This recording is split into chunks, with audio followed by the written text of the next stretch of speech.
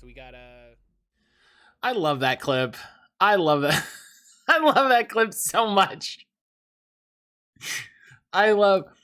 We very rarely get an Erlin clip that, you know, she lets me use.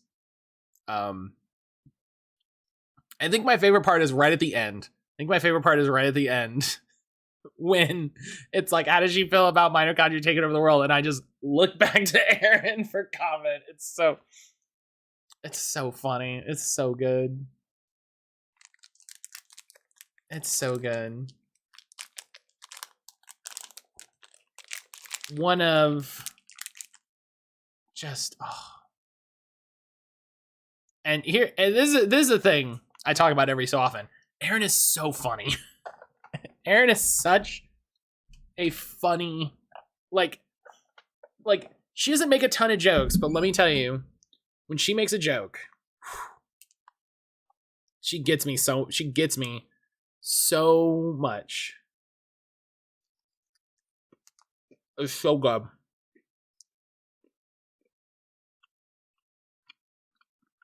It's so good. I love it.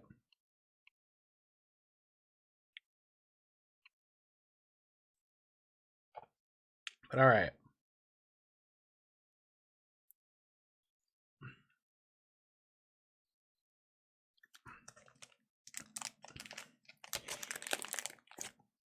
Saw a TikTok for a tasty Korean recipe that we might try at some point. Looked very tasty, looked like something we would enjoy. So I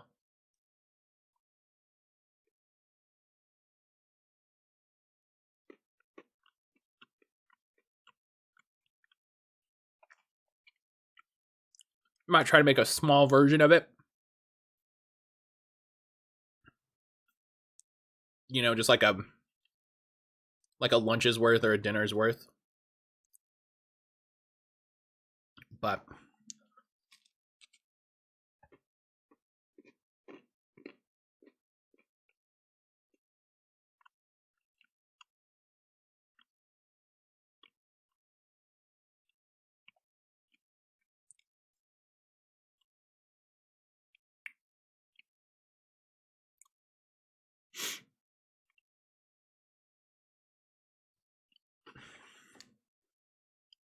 what was that video I saw yesterday? I saw something that was like, oh, it was I sent it to Jesse. I finally saw an Austin SV video for comparing all of the versions of Persona 3, which I hadn't seen yet. But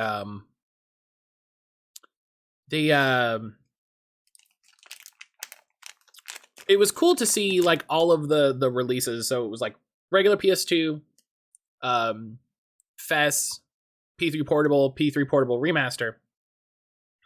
And I think the thing that really turns me off of playing the remaster is that they reused all of the sound assets, but then also recompressed them. So it sounds like shit. Like it just honestly sounds like shit. And I was like, well, that's all right. That's a bummer.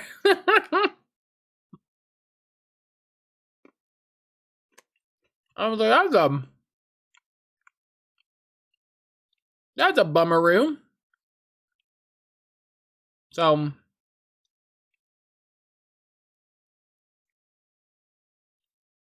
I don't know if I'm kind of leaning towards not doing it. But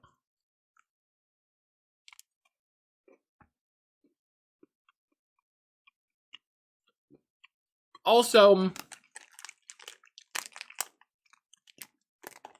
I was thinking about it.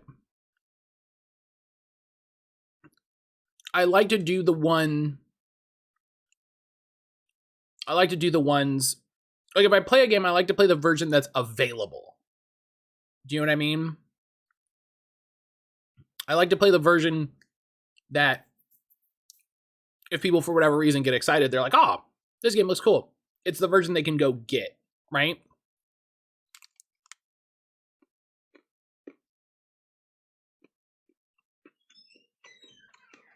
That's at least the way I think about it.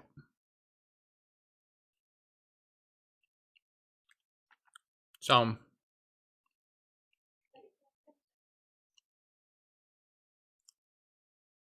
don't know.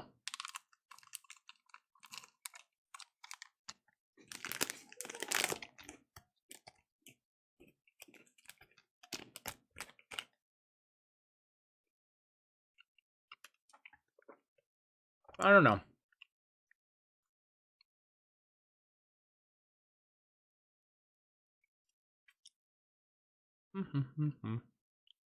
Oh.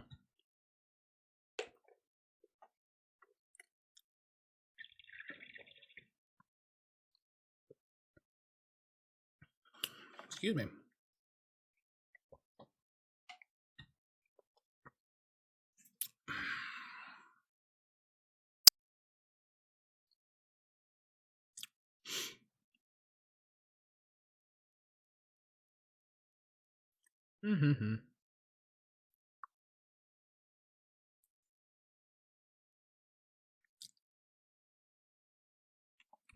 All right.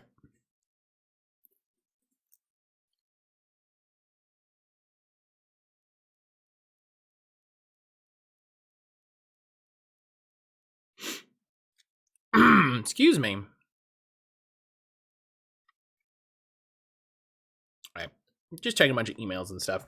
The fun thing that happens when I get back, when I'm like, let's check my email, and then I have like 5 emails.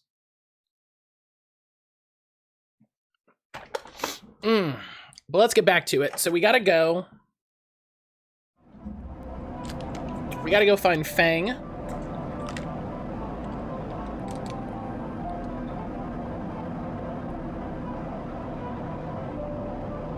Because Fang's clock should be up now at the Greenway. Yep. Oh, there we go. When you enter the service dock, Fang is already set up, crouched among stacks of equipment. He's leaning over a terminal, bathed in a blue glow. He looks totally at home. Sleeper! What do you think? Turns out not everyone in Havenage is set against me. A couple of my old system pals managed to ship me some of my old gear. He gestures at the pile of blinking hardware. Nice kit. Fang does a mock bow. Any updates? Fang beckons you over. He's a set of scans of the wastes on his terminal, with heat maps of activity overlaid. A chunk of the derelict rim is blotchy with bright red and orange marks. Does this look like a wasteland to you? Fang shakes his head. There's hundreds of conway machines out there, all lined up in concealed hangars, and a whole underground facility to support them. Hardy's got a crew out there putting them together. Must have shipped them in piece by piece through the shipyard, ready for assembly out there. Why? They're planning something. No one needs hundreds of heavy-duty reclamation drones to run this kind of operation. Maybe Hardin masked the whole thing as an effort to clean up the waste? There's no way this is about pulling scrap off the eye. Fang looks worried. And why is Conway in the mix? I bet no one in Havenage knows another corporation setting up on the station. They aren't stupid either. Those scans are the best info I can get. The wastes are cut off from the eye's cloud of networks, and the Greenway is a total dark zone. No data can come in and out. I can try. No use. You need to enter the cloud, and there's no cloud to speak of. He turns and winks. That's why I gotta pay him a visit. How? You forget. Havenage come in and out of there all cycle. I should be able to get in, as long as no one I know sees me, he grimaces playfully. But I need you on the outside, to help disable security systems and cut me a pathway through.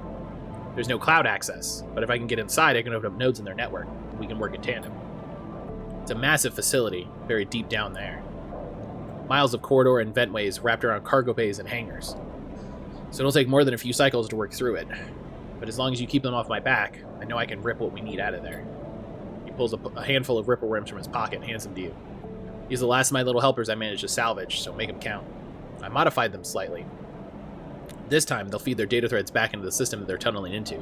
Create a nasty little feedback loop. We'll run it just like we did with the agents. Hack the nodes I pinged to locate the ports for the security system, then slot the worms into those systems and let them go to town. Points at the fuzzy silhouette of a buried facility on the terminal. Here's the entryway. This is where you can get access and slot the first worm. That'll fry their perimeter systems and get me past the first cordon. What I need from you is to keep your eyes on the facility after you kick things off. You see me pop up a security system, server bank, need to break in and slot a ripper to disable it as close as you can. If I can't, Ben gives you a hard look. You miss a system, you wait too long, they're gonna find me. Simple as that. Claps you on the shoulder. I need you focused on this one, so I'm gonna let you fire the starting gun. I won't go until you slot that first worm. I'll leave a tracker running on the terminal here, so come back here if you want to see my progress. You affectionately pass the top of the screen. Got it. Don't worry, you can run rings around their protocols, I've seen it. Ben gets up. It's all in place. You can make your own preparations, then slot that worm. He stretches. Just don't wait too long. I'm getting bored of all this sneaking around. Once I'm inside, I'll get the proof we need to end this whole thing. No matter what. He crouches to check the terminal. We can't take longer than 6 cycles on this thing, remember that. He stands up. Oh, one last thing. He lowers his voice. If I get caught, you can't reach me or we run out of time. There's one thing I need you to do. What? You take whatever I've managed to pull at that point, all the data, you slot that stuff straight into the relay I've set up here. Points to a pile of servers and terminals hooked up to a dock with cables as thick as your arm. I've repurposed the dock's SOS broadcast system to beam out whatever you put in. Anyone with a terminal, a slate, or a server on the eye will see it. That means Havenage, Yadigan, the hub, everyone. And no matter what, Hardin isn't snaking away this time. He grins.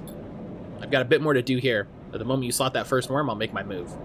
He gives you a parting smile and turns back to the terminal. The nerves hit as you make your way out of the service dock. Time to prepare yourself. That's alright.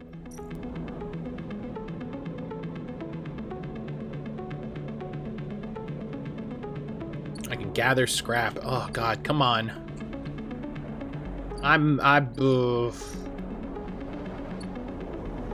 Alright, well, like Jalen said, nothing is time-gated unless they explicitly tell you so, and they explicitly told me so. So...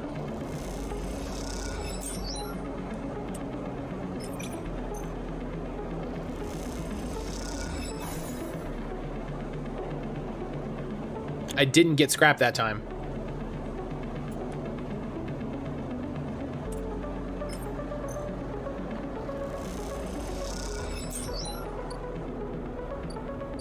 It's like I actually want scrap.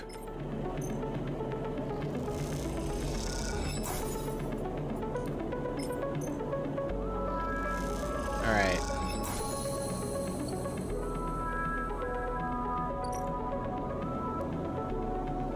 Seal unit.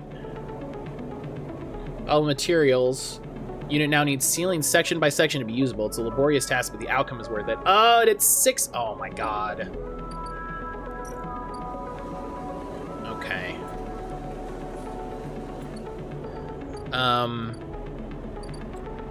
There was a good safe action.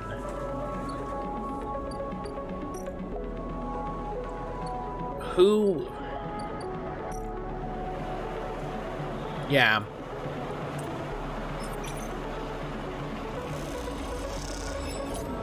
Okay. Little bit of money. Little bit of money in my pocket. Little bit of money in my pocket. That's fine. That's what I'm looking for.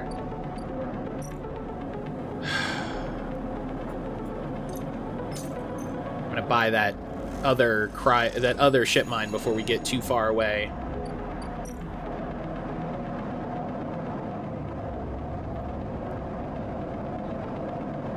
The big thing is I need to work on his stuff before I dip out of 5. Oh god, I don't even have money for this. I need to work on that before I run out of dice.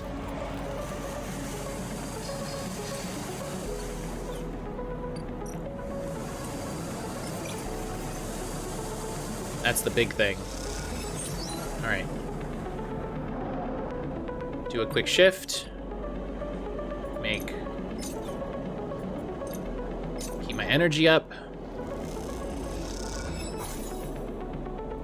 But I need to, because I'm about to dip into 4 dice.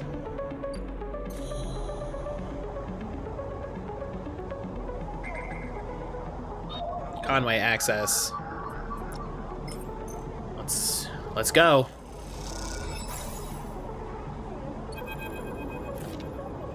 As you slot the worm, a thread jumps out of the facility. It unspools in front of you, releasing its data like ink in water. Sleeper. Feng's voice crackles through. Moving in. Nodes, then ports. Worm interference. Slot the worms. Timer starts now. Stay safe. The thread dissipates. You're on your own now. Node. Spend the 2 because we can use 3 as an extra if we need to. There's a port. Oh, is something here? No, nothing's there. Okay. I thought there was a little bar. Plus Feng progress, layer S unlocked. Oh, so yeah, so now we have new layers of access.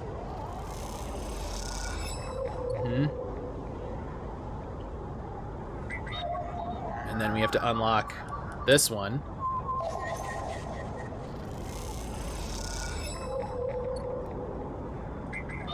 There we go.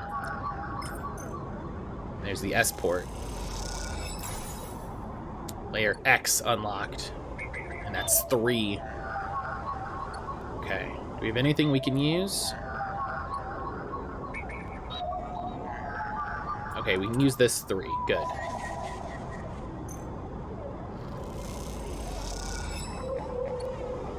Okay. That's all we can do for now. We gotta keep progress on it. Alright.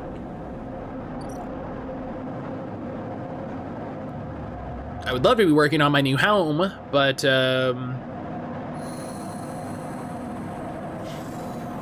that's how it goes. Okay.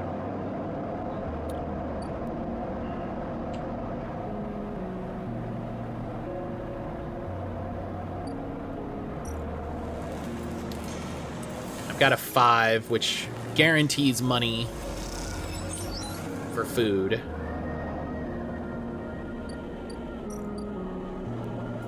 So let's stay fed. And this is a lot of different dice. So I'm gonna go up here.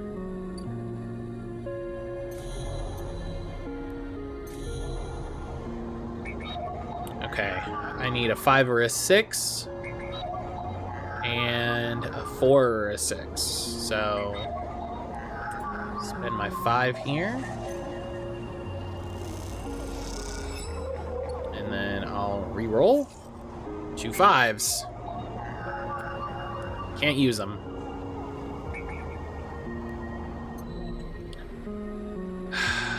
Nothing to be done.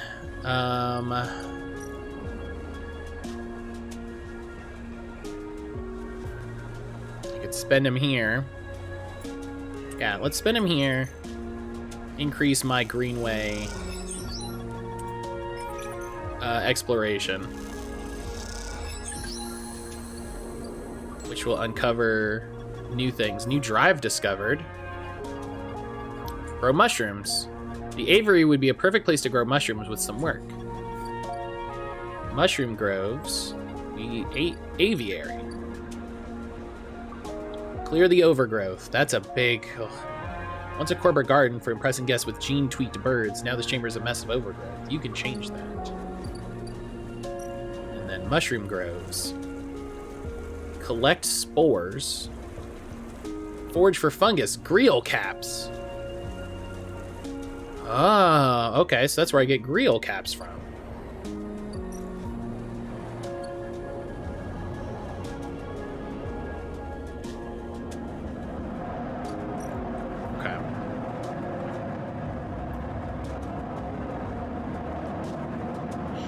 Gosh, remember when there wasn't a ticking clock that felt like somebody was gonna die?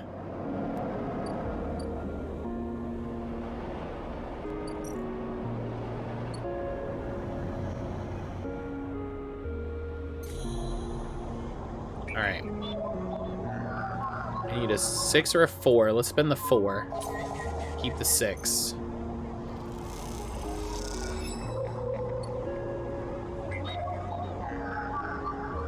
Last Ripper Worm.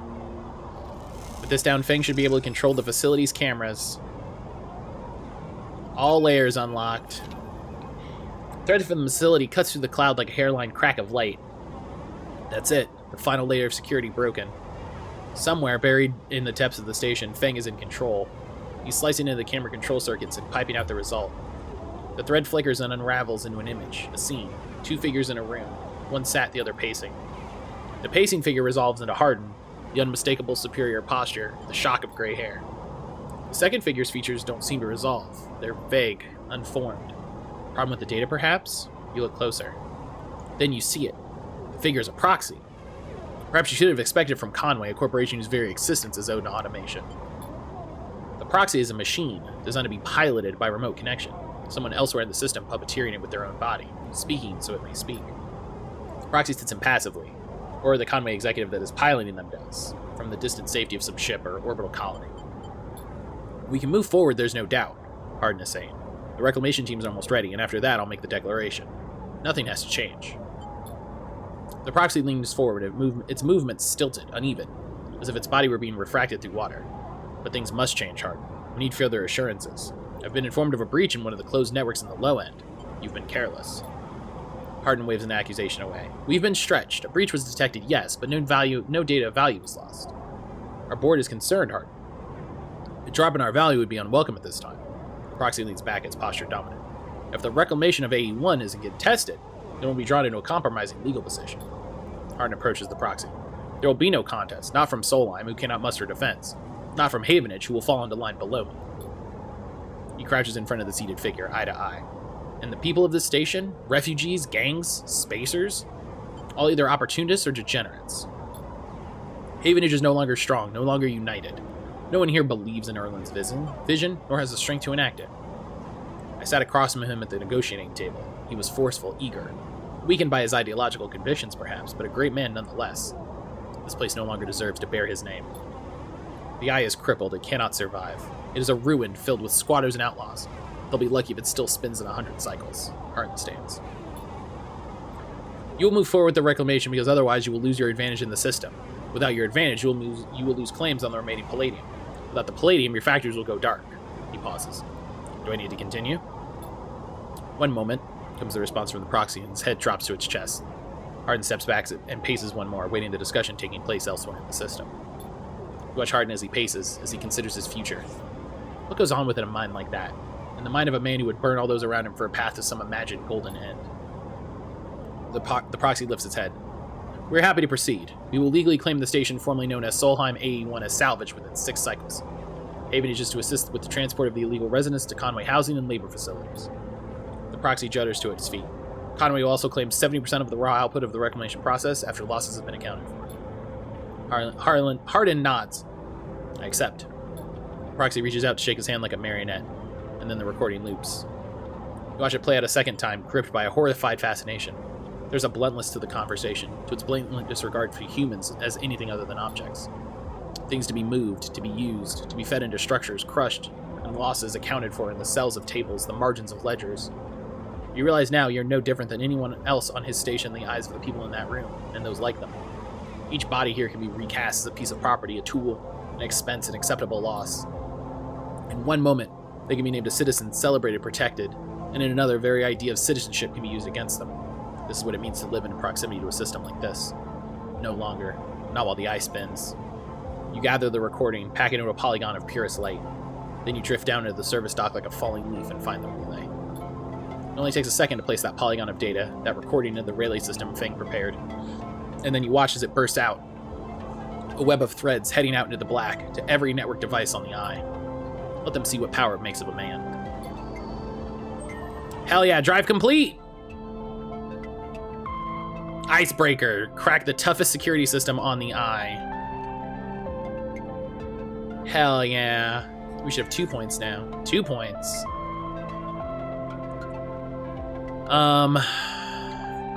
All cryo actions are discounted by 20%. I love that.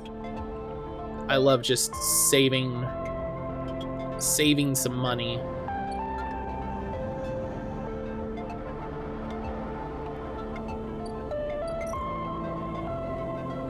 Oh, and with that, I will go work on my apartment. Because like I said earlier, I find it so interesting to spend time after such a big moment. Havenage in crisis. The building is chaotic. Most of it is in total lockdown. No one will give you a straight answer about Feng or Hardin. Oh, how is this going to affect, like, the side reel? Oh. I hadn't considered.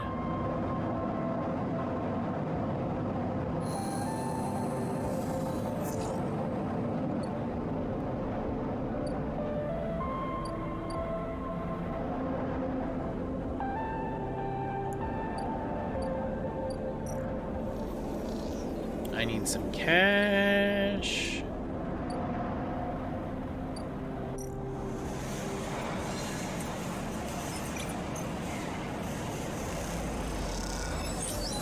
Okay.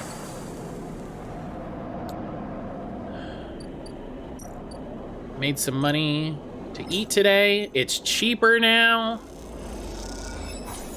Love that. Love that for me.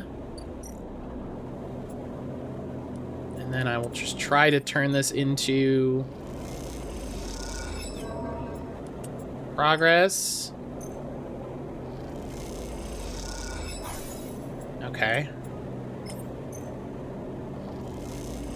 Just try to eke out a little bit of progress. Thank you. Thank you.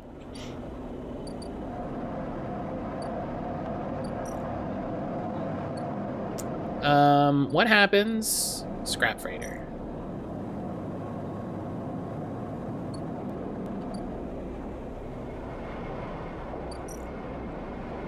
Is, Feng's not still up here, right?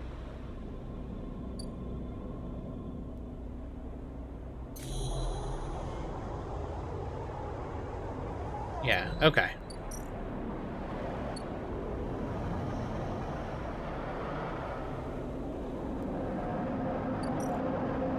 Okay.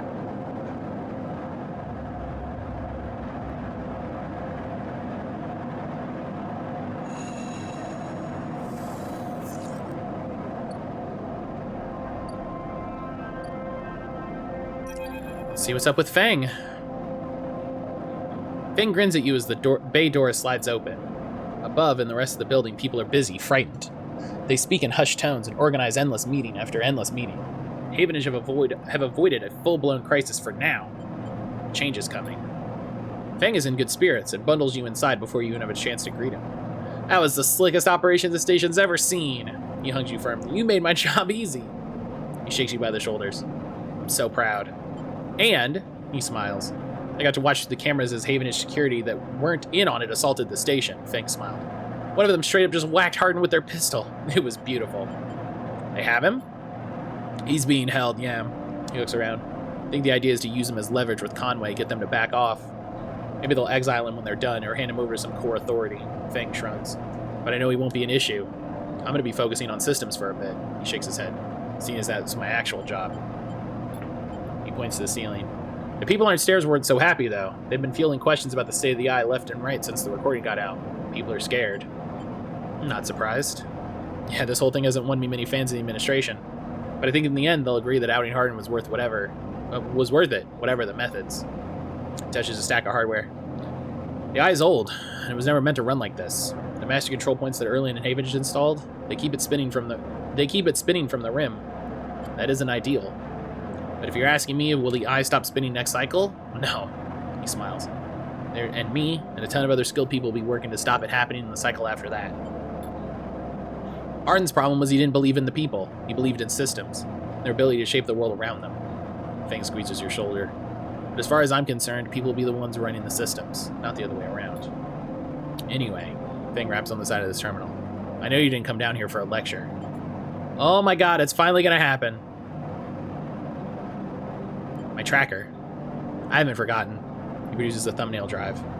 Managed to finish that code solution I showed you. It's a modified Ripper worm, made to deactivate the tracker of yours. But in the time I got back, I had something extra. The tracker of yours just doesn't just show SNARP where you are. It transmits data about the state of your body, your current condition. My worm won't just deactivate it. It'll edit that data to tell SNARP your body is irreparably damaged. DNR. Do not retrieve. He grins widely. Pretty smart, right? That's perfect. Just slot it already.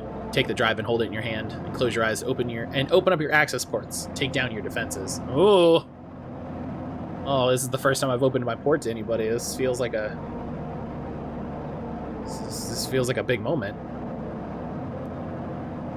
You just do stream readers, okay. The worm immediately enters your closed network. It whips through it, taking things with it as it goes. The moment they're gone, you forget they were ever there. They just blink out of existence. A second later, it's done. You open your eyes. How do you feel? Asks Fang a little nervously. Tired. Aren't we all? Pat you on the shoulder. Take it easy. Things might be a little woozy for a minute. He looks at the terminal screen. The logs tell me it worked, so feel it or not, you're free. Fang looks the word free and hang in the air a minute before he continues. It seems like it might finally be time for a celebration. Fang wraps his arms around you. Jenna still owes us those drinks. He laughs and you join him. And later, when you leave, you feel deeply thankful for having such a friend. As you walk away from the building, you look up at the wide curve of the eye, up at the hub and the other rim beyond it. The whole thing twinkles with lights, and it seems impossible to see it as anything other than breathtakingly beautiful. It seems, in that moment, like something eternal. That doesn't mean it can, or even should, last forever, or that it will never change, fade, or decay. It simply means that in this moment, this place has a future, and it's one that you know, deeply and truly, is worth protecting. Drive complete. We did it. Let's buy the only +1 I have left to get. Which is great. Fucking Ethan. I don't want to deal with him. Let me tell ya.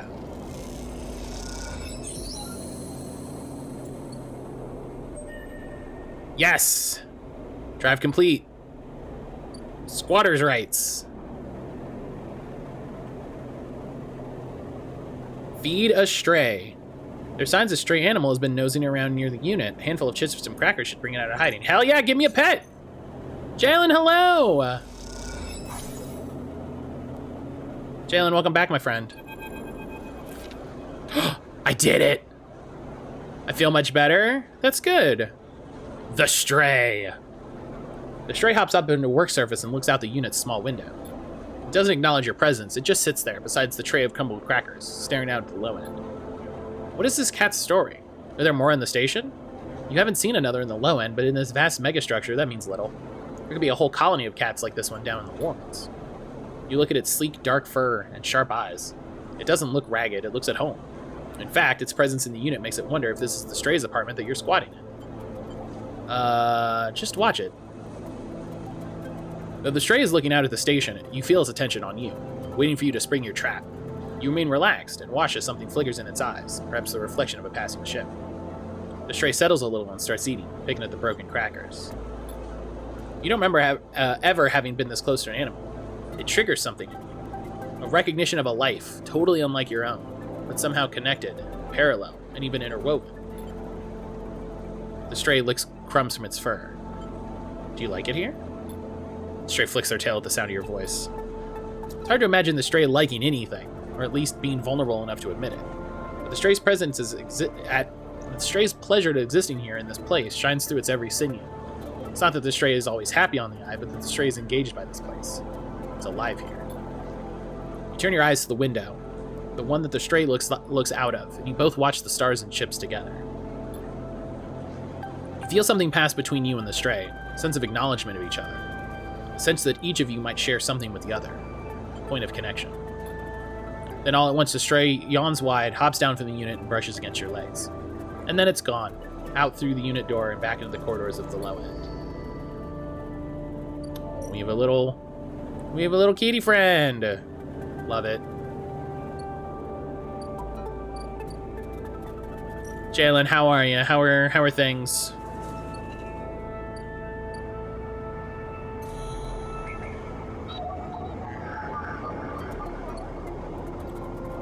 Before I left, you had some stuff you wanted to say about Ethan, yeah? Let's do Ethan's thing, and we'll see how that goes. Talk about job stuff and next steps. That's always good. That's always good. It's, you know, sounds like a positive thing. Let's do Ethan's thing before I spend this 4 on earning money. The compressor is almost empty when you enter. A couple of scattered patrons in the booths and a lone bartender. The bartender recognizes you immediately when you arrive and nods. You return the greeting.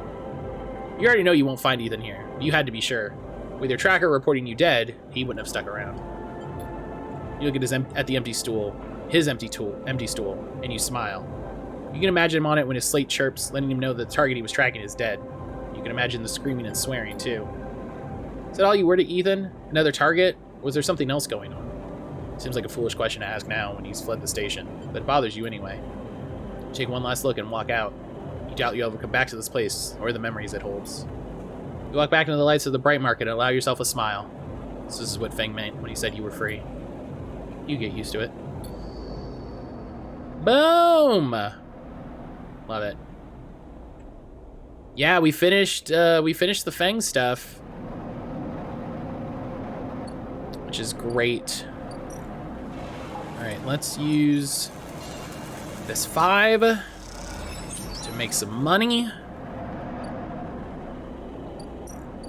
So that we can eat.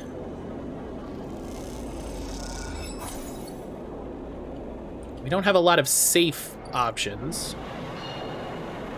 Oh yeah, hey, listen, that's great, actually.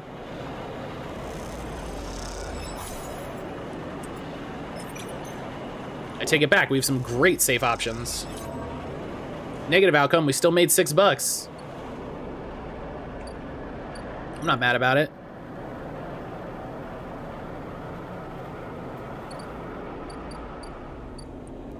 Okay. We're about to drift into 3 dice, which means we need to get a stabilizer soon.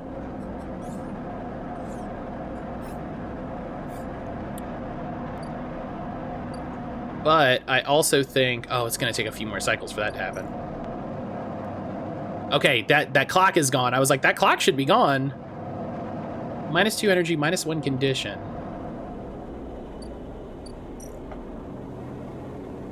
-2 energy, -1 condition. Okay, it's the same thing, I guess.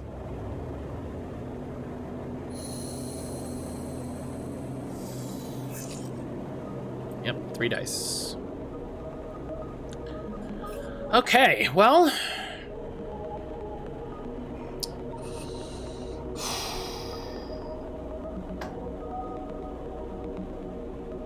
Now we're kind of in a spot where we need to figure out what we want to do. And I like the idea of proving the Overlook as our next thing.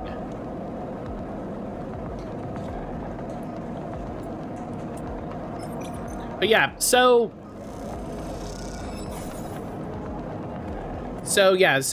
before Jalen left, we started talking about this, and I was thinking. So Pathfinder has a new book out, right? Paizo put out a new Pathfinder book, and you'll see if I can find like their newest stuff.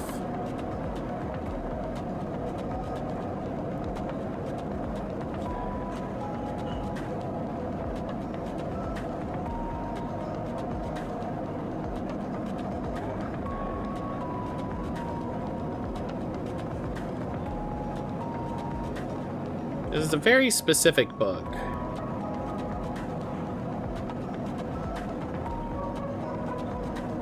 Is it a setting book? Yeah. So it's a new book for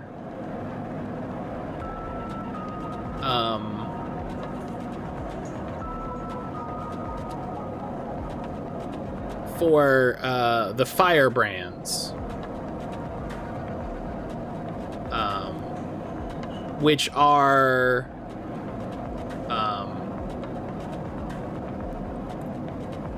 like anti-slavery. And I saw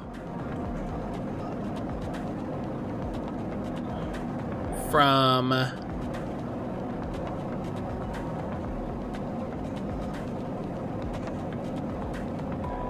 hang on.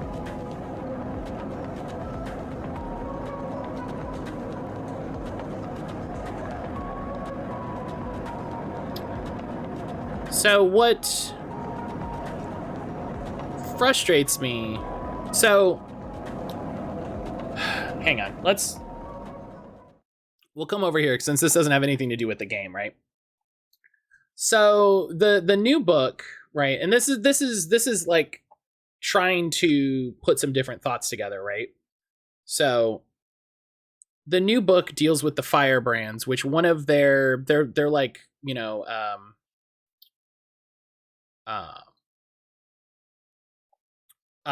like a rebellious faction that seek to, you know, like cure injustices, that sort of thing. And they're abolitionists as one of their things, right? So they want to abolish slavery, which is great. Pathfinder Society had a thing a few years ago where the people in charge kind of had a realization of like, hey, slavery is a wild thing for us to tackle. And they made a change to the campaign setting, and they were like, yeah, like slavery has been illegal in Absalom, which is where the Pathfinder Society is based, but they're like, we're gonna make it illegal in more places. Like we're going to kind of reflect changes in the game state. And that made a lot of people mad, because there were some changes that happened to PFS where it was like, yeah, you can no longer be a slave master or own slaves. And surprisingly, people got mad. Like you know, you might be like, yeah, why would you want to own slaves? Hey buddy, let me tell you. But so, you know, and that's, listen, that's a good change, right? Oh no, what is it? Yeah, listen, that was one of those times when I was like, yeah, I'm not surprised. But so this Firebrand's book comes out. Think of the poor entrepreneurs. Won't someone please think of the capitalists? But so this new book comes out, right? And they change the campaign setting further, where nations that are evil, right, that take place in evil actions, that do legitimately evil things, are also no longer participating in slavery, and they're kind of removing slavery from existence in the campaign setting, which is good. But what gives me pause, or what I'm struggling to kind of reconcile, right, is, so one of those nations is the movie equivalent of, yeah, we can have a racist without a movie full of slurs, Well, no, because nobody is going to own slaves, right? Is the idea. Is that no established nation will allow slaves, right? Will not only will not have slaves, but will not allow slaves, right? And the two big examples are the ones that I'm having trouble like reconciling why you would do this, right?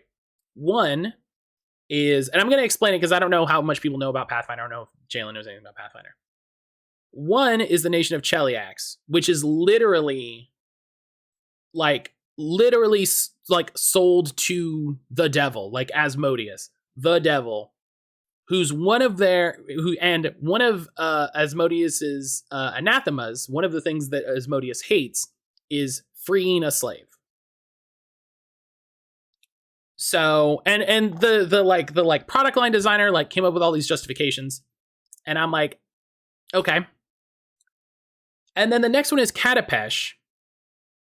And Katapesh is a nation that is ruled by gnolls who make drugs. Like, literally, that's what they do as a country. They make drugs. And the previous, the ruling caste of that nation were called the Lashmasters because they were also famed and renowned slave owners. And I'm like, why are... It seems, and this is what I'm saying, this is what I'm having trouble like reconciling, right? I'm not saying that I want slavery in these systems, that I want it depicted. But these nations, these people, are actively capital E evil, right? The people in power in these nations supporting these structures are capital E evil. Why are we removing an evil thing from the evil? Because it's one thing to say we're not going to depict it anymore, right? Like you may be able to free slaves as part of this adventure, but we're not going to depict it. It's not a thing that you as a player character or as a hero are going to do. Why is it it seems very weird to me that a nation whose power structure is built around slavery and producing drugs are like, we're just not gonna, we're gonna give up one of those. It seems strange from a I don't see the A to B to C there, because you can just say, hey, we're not going to do that anymore, and I'd be like, okay, cool, yeah, fine, whatever. But it's when we try to build in the logic of it that I'm just like, I'm having trouble reconciling those things together. You know, these are nations that do. It's like the universe said, no more slavery. Instead, the book retcons it and says slavery was never on the table. Am I understanding? No, it's more like the book doesn't retcon it. Like the book advances the setting and says these nations are actively doing away with slavery. You know what I mean? It's like they just were like, yeah, we're not going to have slaves anymore. You know, the previous retcon was for players being able to own slaves, right? And that was a few years ago. Now they're taking it further and saying that basically the director had a thing and had a big post on Reddit, and his justification was essentially slaves are bad business now, which I guess, but also you have two entire countries that, you know, so it's now these former slave nations that are still evil, one of which follows a devil that hates the freeing of slaves, being like, hey, we're freeing all the slaves. So the Cheliax one made slightly more sense for me because of the way he described it. he was like, yeah, like you're not a slave anymore. It feels like Cheliax, the Devil Nation, is going from slave to indentured servant, which fits, right? It made sense to me to be like, aha, you're just changing your language around it so that you can say you're not having slaves anymore. And that made sense to me. That I was like, I get you. I absolutely the sort of contract bullshit that that devils love, that sort of legalese language, which they've used in the past. I'm like, okay, cool. I love it. But it's like your entire other nation has like a slave master caste that was at the top. So it seems, and maybe this is like, I haven't read the book, so maybe this is explained better in the book and I just don't have all the information. But so what I was talking about with Ethan, right, is I'm wondering at some of the decisions, like, let evil be evil. I don't know. I feel like I have like so many half thoughts that are bumping against each other. You know, like and like Jalen brought up, is Ethan as much of a cog in this system as we are? Yes. You know, is he just as under the thumb of these systems as the people that he that he kidnaps or you know, bounties, whatever? Yes.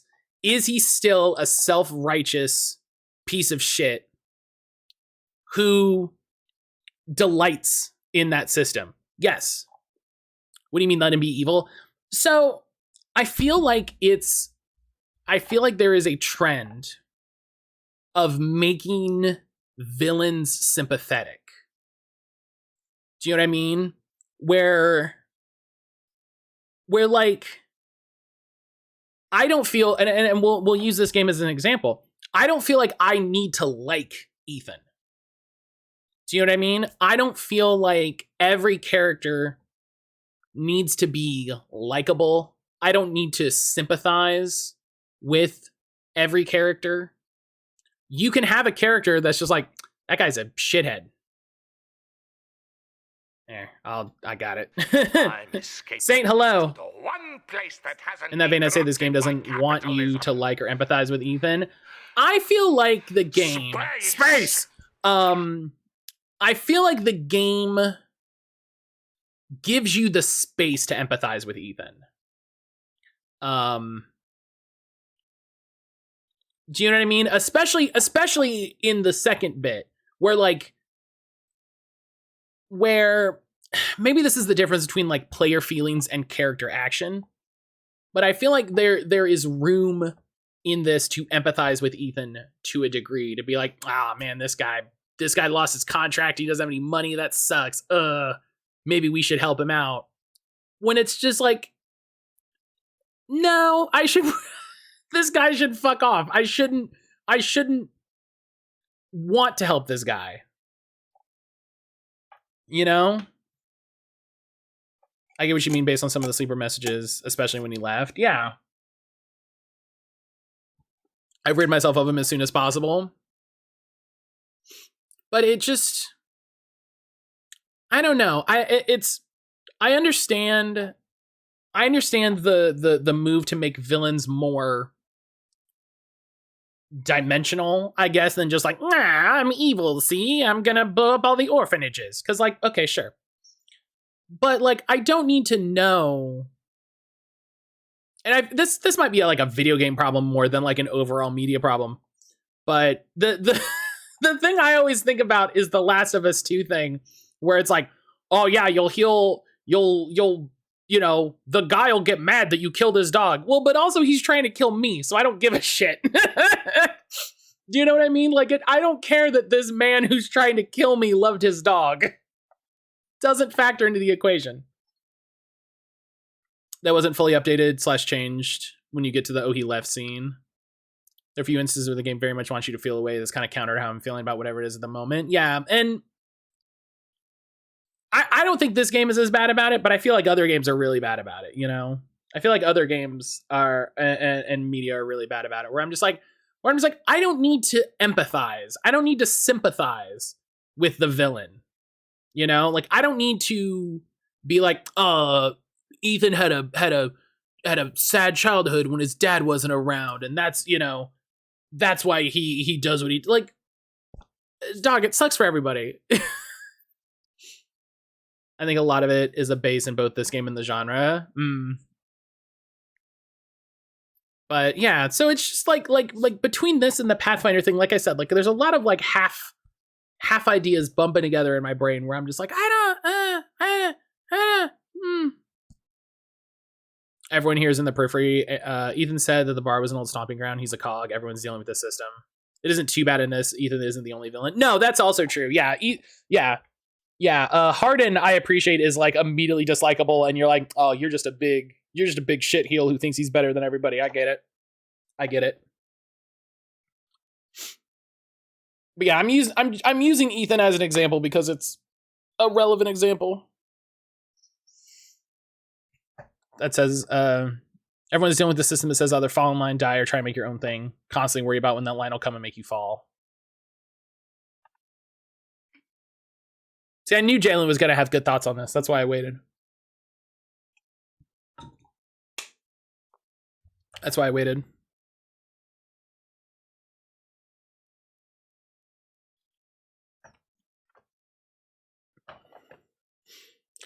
The game also is hopeful in a way that something like Cyberpunk 2077, the anime, isn't. Yeah, that's true. It does feel... This feels grounded in a way that... I haven't seen the anime, but, you know, I watched the trailer. Jalen and I have talked about this. That the Edge Runners didn't. It felt very nihilistic about being a part of that system, being an inescapable part of that system, right?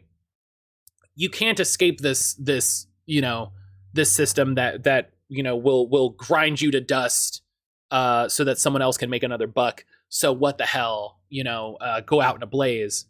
This is very much the other side of that, which is you are an inescapable part of the system that will grind you to dust for someone else to make $1. And the only thing that you can do is try to prevent that for yourself and others as long as possible. I'm with you on the modern insistence on sympathetic villains. That's why I appreciate recent Star Wars stuff with Imperials are just shitty imperialists. This entire game says even in the setting of the eye, we can make it work and take care of each other and do right by each other by simply working for each other and doing right by each other. When you don't do those things, the system sucks, but you are actively doing it. Ethan doesn't have to be a bounty hunter. Right, exactly. Like, he's and that's what I'm saying. Like there is a culpability to Ethan's part where it's like he is a cog in this, and yet he revels in it. He enjoys it to an extent. He certainly didn't have to do it to me in the way that he does, treating like inhuman property and calling himself master. And this is like a lot of other things would take that sympathetic bent and be like, oh, he's doing it because if he treats you no different than a box of cargo, then that helps him protect his humanity, that helps him see. And and it's like not everybody needs that. Not everybody needs that amount of emotional energy. Do you know what I mean? Not everybody requires that. You can just have a character that's a shit and have them be a shit. You can have characters you like and have characters that you dislike, and that can be the end of it. I think the game wants you to see both sides of it. The other thing is that no one else treats you like that. Yeah. It like, and I think, and maybe this is projecting, the game wants you to realize that this is the decision he made, is complicit in it. Yeah, I think so. Because he's absolutely a shit about it. He is absolutely a shit. And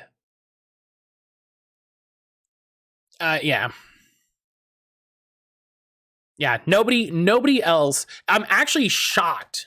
I will say, I am shocked at how much the game has not focused on you being a sleeper and how infrequently it comes up. with the majority of people.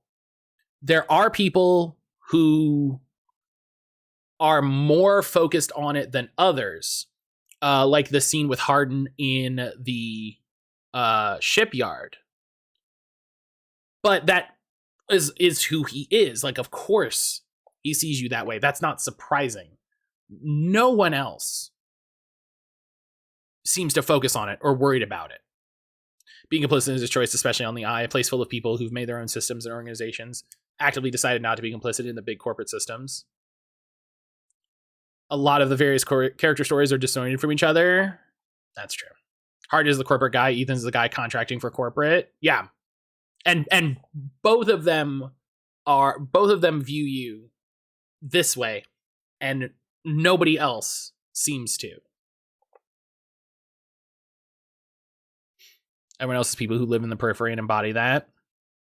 I mean, even Fang to a degree, like, he doesn't see you that way in a negative light, but he's still a corporate guy. He is still somebody who works for the corporation. And, you know, I was talking shit about Fang to an extent. He is a guy who maybe doesn't treat you like shit, but definitely uses you to a degree. You know, he uses you to an extent. You know? Are you calling Havenage a corp? Havenage is absolutely a corp. Havenage is 100% a corp. They mentioned it multiple times. I mean, we just had a scene with Fang, which, you know, I mean, like, spoilers because we just played it. And there's an extent where, you know, I can't avoid spoilers like that, where he's talking about Conway being on the station, and he says, like, oh yeah, Havenage won't take kindly to another corp on the station. Fang isn't corporate. Havenage is a combo of corporate and workers commune banding together to fill the space of the corp that abandoned them. It's a weird middle ground. I mean, I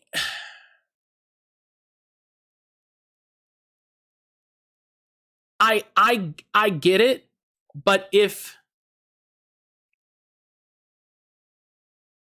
it's a workers commune cosplaying as a corp, then it's a corp, right? They had Hardin. I mean, here's a point. They had Hardin in a controlling position. Maybe not an overarching controlling position, but a controlling position from day one, right? So it's like if you had a workers union that was headed by Elon Musk. It might be a workers union in the name of it, but I think there's a big combo of Havenage being an example of what happens if you get too close to those old systems while trying to build something new. Right, exactly. I can agree with that. Is they wanted to build something new, but they only knew what that looked like, you know? So yeah, right. They only had a corporate handbook to go off of, and they're trying to build something that isn't that, but that's all they have. That's all the tools that they had. So, and I'm saying this partially in defense of Fang, right? I don't think Fang is a bad person. I think Fang is actively trying to do good on the station. I think Fang is actively trying to make the Eye a better place, and not advance corporate interests. But I think in his excitement to act, right, in his push to do that, I do think he uses you in a way that sucks. I don't think it's because you're a sleeper, you know? I don't think it is because of that. But I think he does, you know? Fang is wolf, I'd say more, but spoilers. Yeah, I should say it's important to note, like, I'm not at the end of this game, I don't think. So many of these people don't focus on you being a sleeper because they're all periphery people who knows what it means to drift in the periphery and stay there. Yeah, and I appreciate that. Oh, we did finish Fang's story? Okay. I was gonna say I don't know if these people pop back up. That'd be interesting.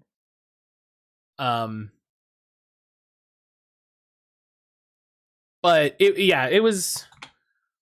That's my frustration, and I'm just shocked at, because I feel like that's the thing that comes up a lot in Cyberpunk is even people in the periphery. Maybe it's poorly, it's worse written, Cyberpunk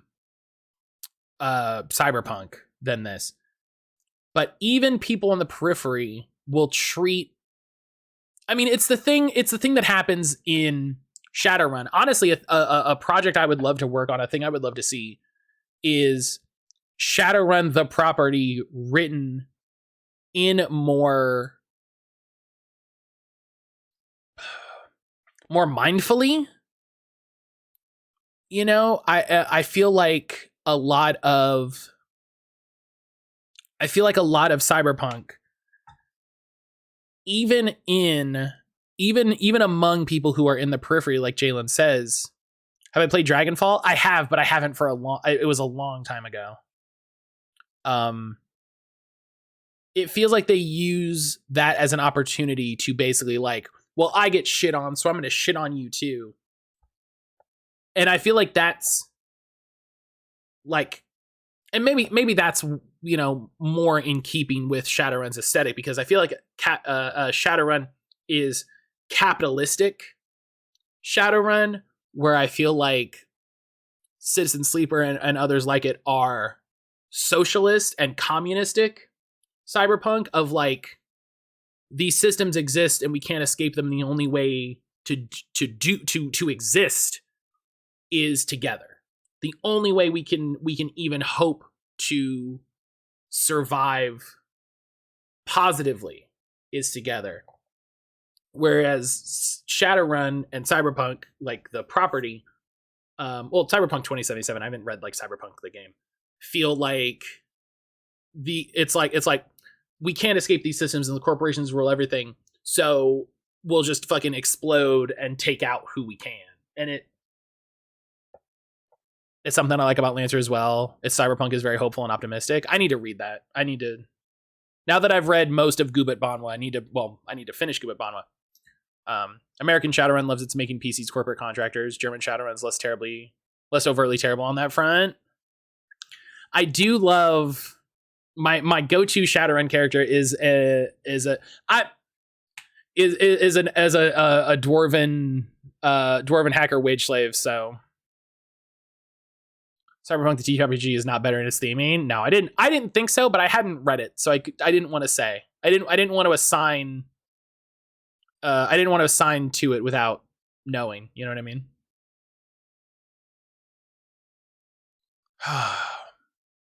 But yeah, that's the thoughts. That's the thoughts going in through my head right now on the game. Is that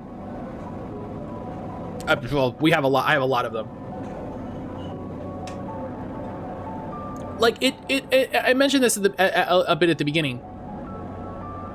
It feels appropriate that the things that I'm doing to survive in this place aren't stealing from people. And I mean, you can, but there's absolutely consequences. You know, I'm not stealing from people and trying to get one over on people and you know, like pulling scams. Like I'm working at a bar, or I'm delivering noodles, or I'm watching someone's kid, or, you know.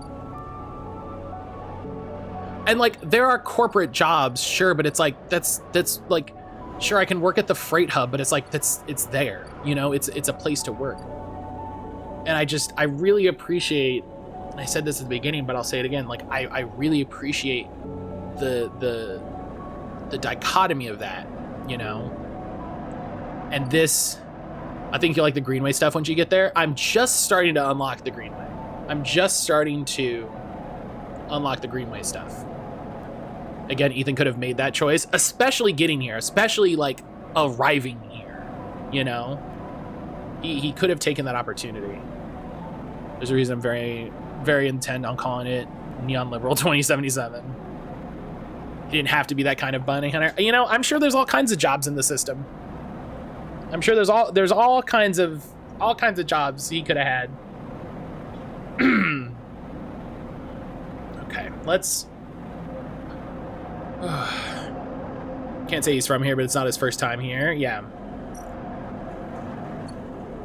Like I adore that one of our plot lines is like build a distillery in the back of this bar. Like,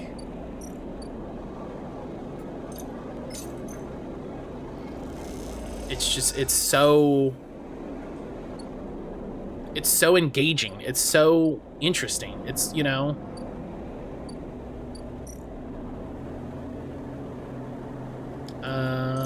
Oh yeah, I can do that again. It makes me want to see what the tracker clock line is. Yeah, right? Like, what does it do? What happens? I can see that. I can see that. What is the corp guy that looks like? Oh yeah, gosh. I want him to be terrifying. Do you know what I mean? There's a part of me that wants him to be terrifying.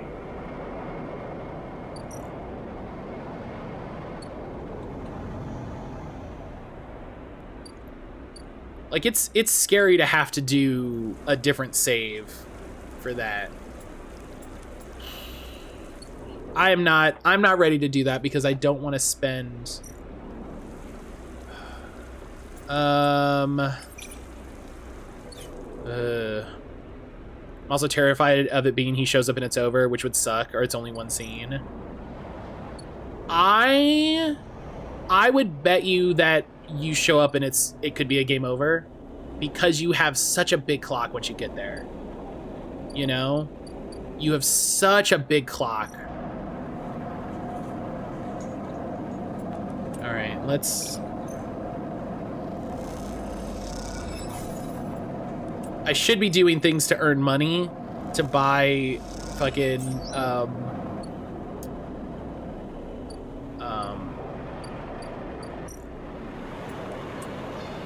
to buy what's it called so that I can live, but this is just it's too interesting. I'm too interested as to what happens when we build this distillery. Stabilizer, yeah. I could also probably just Google it.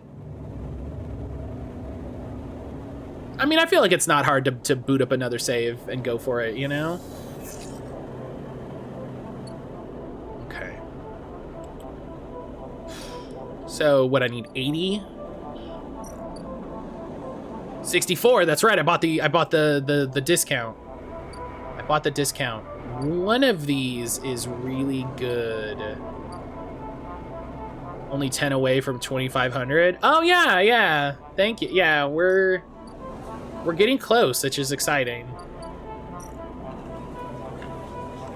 Okay, yeah, because I can turn this into a 5. Yes. And that's a neutral outcome, and then now I have positive outcome.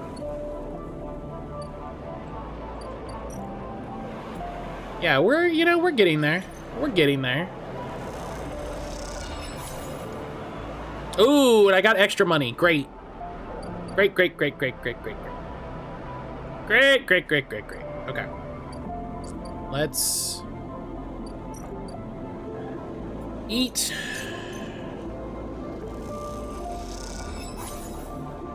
Okay. Feed the stray.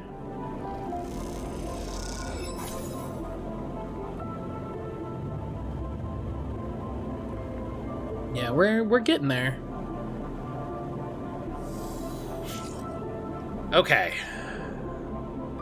So, I'm gonna go work here because those fours do better here, I think. Actually,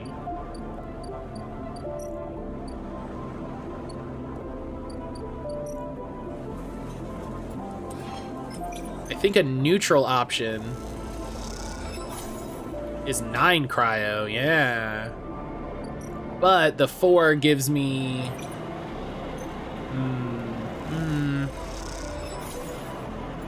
Oh my gosh, yes, thank you. Okay, we made enough.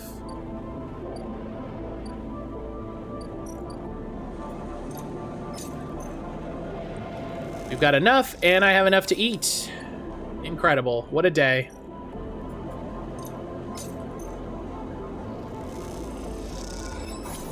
What a day.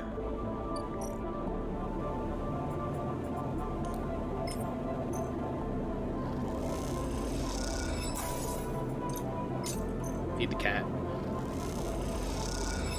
Look at me. Look at me. I'm doing the best. I'm doing the best I can. So I'm gonna try to... Okay. I'm gonna try to start collecting these mushrooms, because we don't have any big moving clocks, right? So I've got these 6 100% positive outcomes. I'm gonna try to start collecting these mushrooms. And this gives me a 5. Yes! Can you use the aviary? I have to fix it. Oh, it is safe. I need money, but it is good to know that... It is good to put that in my brain that that's safe. Yeah, I have to fix it. Let's give these... Did you get lunch? Enjoy lunch, Jalen. Enjoy lunch. I hope you have a good one. Thank you for hanging out. All right. And now he has a clock, in which I can't eat there in the meantime. Oh, buddy. Okay.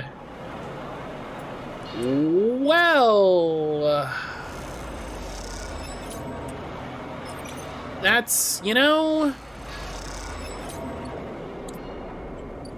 Don't forget where else you can eat. Yeah, I only have one place I can eat. Oh, that ship's about to come in. That's great.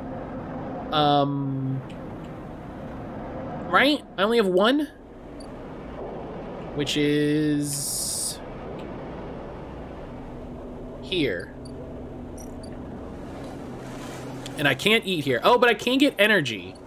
I can get safe, no cost energy. The bar as well. No, I can no longer eat at the bar because the bar is a place that I work. So probably once I build the still, she mentioned building a kitchen. Working for Yat. Yes, I can get energy working for Yat again. Yes, that is a thing to keep in mind. Right, it's that. Oh, it's so much a TTRPG thing, where you're not eating, but you're gaining energy. Right. It's so much that. Oh, those are great rolls. It's so very much. It's been a long time since I did this stuff. That's fair. Okay, the merchant freighter is here. Yes. I can buy. Oh, it's all my money though, but. This is what I was waiting for.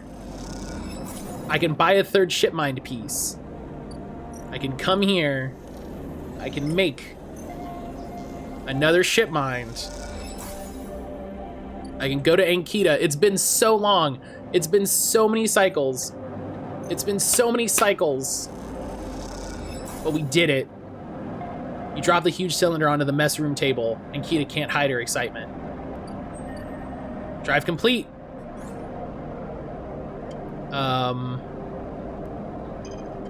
Yes, let's get that. You drop the ship mine core onto the galley table with an emphatic bang. And Kita spins around from where she's been poring over some documents on her slate. Holy shit, Sleeper, did you actually land a ship mine? She rushes over and hefts the huge cylinder, turning it back and forth. Oh, shit, it might actually work. She smiles wider than you've ever seen. Oh, hi, sir. Hi, the boy is here. I built it. Well, aren't you full of surprises? Nikita bangs on the galley wall. Hear that, Amber? The sleeper's got you a new ship mind. Sound echoes down the ship's passages. You have to admit, being in a small space with Nikita when she's this excited is a little intimidating. I love this game's art so much. It's great seeing Nikita again. The character art is like an incredible standout. It brings so much character to this game. Nikita puts the ship mind back on the table. I'll start the process of fitting it as soon as I can, and I might need your help with some of it. She heads back towards the counter to grab her slate. This isn't the only good news today either. Looks like my good karma's finally coming in. She throws the slate on the table, spins it so you can see the screen. Take a look at this. See a list of names and numbers. Nothing that exciting, along with what looks like a transmit timetable. I found them. The thieves? Exactly. Well, the thief, singular. She points at a name on the list, or more specifically, Ashton Cade. It was his pass that was used to access Amber and slice the ship mine. I thought he might have been killed or robbed, his pass stolen, but it turns out he crossed the Founder's Gap the very next cycle. How do you know? I used some of the crew over at the ferry. Old Mercs used to run an outfit I worked with. I saw them in the Overlook, thought they mentioned they saw Aston Crossing. I checked the manifest, there he was. Looks suspicious. He hasn't said word since the theft. Anyone wanting to hide out might head to the Greenway and go to the ground. She flexes. You won't get far, though. There's no real docks out there, so only a couple of jetties in the waist. So what now? Now I fit the ship mind. That's the first priority. She pauses. But maybe you could help me out. Sure, how? It's like this. I head over there, especially in Amber. He'll spot me a mile off and go underground. He'll find a way to slip out the station or bury himself so deep in the waste no one will ever find him. But you... Ashton doesn't know you. All I need for you is to go there and sniff around. Not the commune, not the stacks. He'll have gone to the edges, the margins, the wild places. That's what Ashton likes. You see him, you locate him, ping me on this. She hands you a comm earpiece. Seeing as this is merc work, I'll be happy to give you merc pay. She shifts in her seat. The thing is, I haven't got much left. So how about I tell the boys who run the ferry to give you a discount? I know it's not much, but once I grab this coward, I'll pay up. 200 cryo. I already bought the ferry pass. I did it already, though. What do you say? She meets your eye. Okay. She gives you a hefty whack on the shoulder. Good. I owe ya. She lifts the ship mind up to her shoulder with worrying ease. I'm gonna get this fitted into Amber's core. You get any info, any sense of where Ashton's hiding, let me know. She goes to turn, then stops. And once again, sleeper. Thank you. I appreciate it. Nikita stops off into the guts of Amber with the ship mine, leaving you in the galley. You glance around, a certain nervous energy descending on what is to come. You never thought you'd get work as a mercenary, but then again, it seems the eye's full of surprises. I would say that everything I've done up until this point has been mercenary work. Find Aston. Okay. I need money. Doesn't this pay? 15 cryo, and it's dangerous. Boo.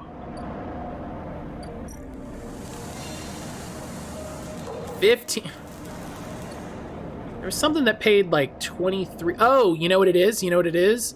The best paying thing right here is this. How many times have you been paid to fight someone? That's true. This is a lot of good money when you get good rolls. And I got a +1. Let's do it. Boop. Hell yeah. We'll try it. We'll try it. Yeah, even a neutral outcome isn't too bad. And now that these give double data, I don't feel too bad spending on them. And I get more data, which means it'll be easier to advance Caster's story now.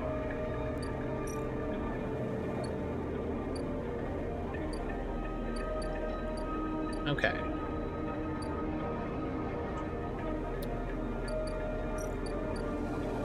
Where is...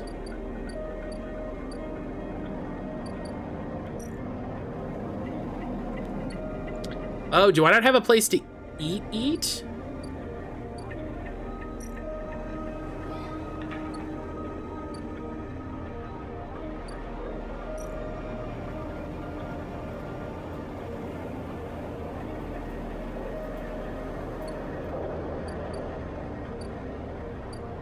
Oh, that's right. No, I can eat at the farm stacks, right?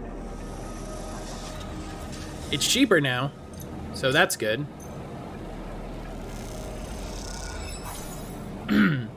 This is good. This is good work, actually. Since it's indoor, I have a chance to...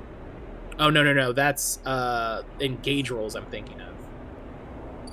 Engage rolls are good because that has a chance to give me some energy.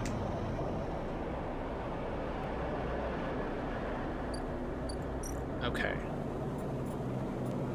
Feed the cat. And we'll end the cycle.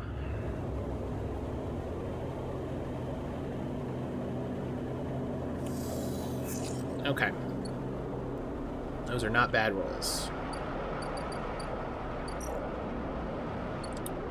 Let's do... Yeah. Let's see what's going on over here first.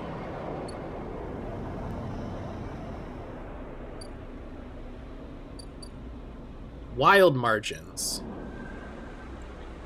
So, I can search for signals, which is risky. Interface +1. I can lose energy. Or look for tracks, which is intuit but dangerous. So... I think this is definitely a great way to spend a 5. And it gives me 3 bips.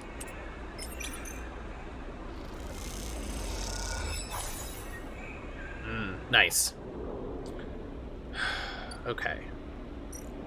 One of these was safe. Yeah. I've got...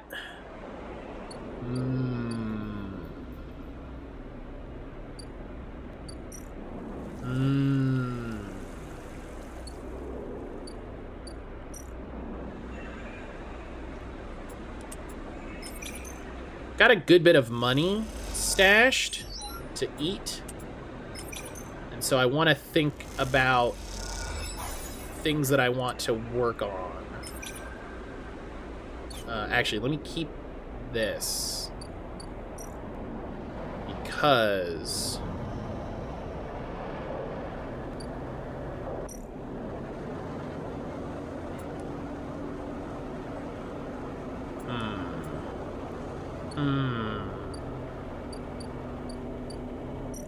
Oh, right. I can use this, and this is safe. Yeah, I'll take one. I'll take one. I'll take one for free. That's fine. That's fine. But I've got a little bit of... money stashed up, so I'm okay. Emphas's cycle is about to finish. Or his clock's about to finish. So, yeah, now I'm starving, which is fine. Which is fine.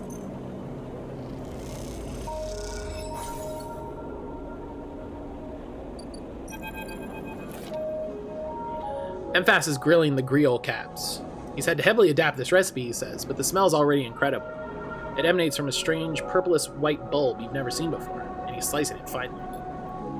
He brushes and slices the mushrooms and places them in the wok with the sliced bulb and oil.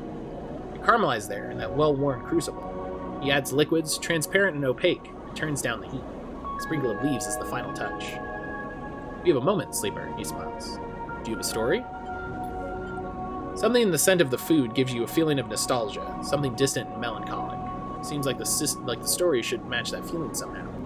Maybe you'll feel better for telling me. Well, he said he doesn't want any stolen memories, so all your oldest memories.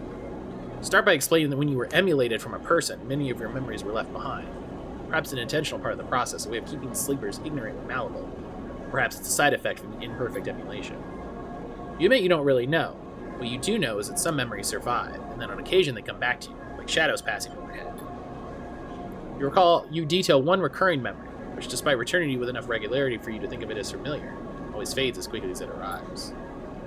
I struggle to explain the feeling of feeling whole for a moment that comes with this memory, and how that wholeness slips away to leave you feeling like you've forgotten something important, but just can't bring it to mind. Emphas nods throughout, cooking as he does with deft and skillful movements. You start to trail off when you realize you can't find the words to explain how the memories you do have feel like both yours and someone else's at the same time, and how that always fills you with a certain sadness. A sadness of remaining forever unknown, even to yourself. Memphis finishes cooking and meets your eye. I'm sorry, Sleeper, for your troubles. He puts the wok to one side. I appreciate you sharing with me, he smiles. I hope it lightens you a little. He passes you a bowl and heaps the grills in it, their yellow color mixing with the pale sauce and whirls and blooms. Eat. The dish is delicious, filling. Warms you as you eat in a way you weren't even sure your body could be warmed. It's a small mercy, you think, that SNR left you this pleasure. Many of the features of frames are that to simulate human experience, you know that much. Emulated minds cannot be rewired, so the need for embodied experience must be met. That's why you breathe even when you do not need air. Even without the simulation, even without that simulation, the sensation of drowning would be unbearable. Food serves another purpose. Your brain is able to metabolize it to reduce energy from the raw material. Vitamins and minerals are excess, of course. Your frame only needs raw power, so much is wasted. And yet, while you eat this food and feel that warmth, nothing feels wasted. It all means something to you. As you finish, Memphis takes the bowl, the last of his cleaning. He smiles at you, and neither of you feel the need to say anything more. Instead, you simply exchange nods and walk your separate ways back into the bright market, somehow changed.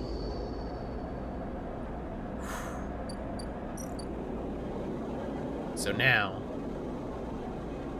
matsutake broth. Memphis mentions an old recipe for matsutake broth. All he needs are 2 handfuls of matsutake caps, freshly sourced. I could probably get those in the Greenway. But now that that's done,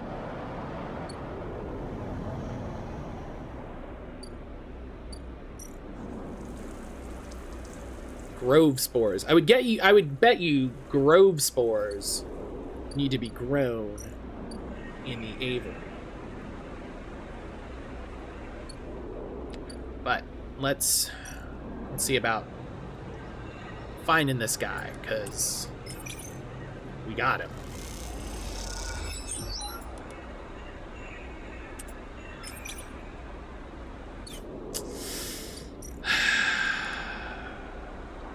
Let's see what the neutral. Okay, that's good. I'm glad. I'm glad I didn't have to waste a 5 on that. The trail ahead extends deep into an overgrown section of the Greenway. Ladies and gentlemen, we got him. John Cena comes running out of the back.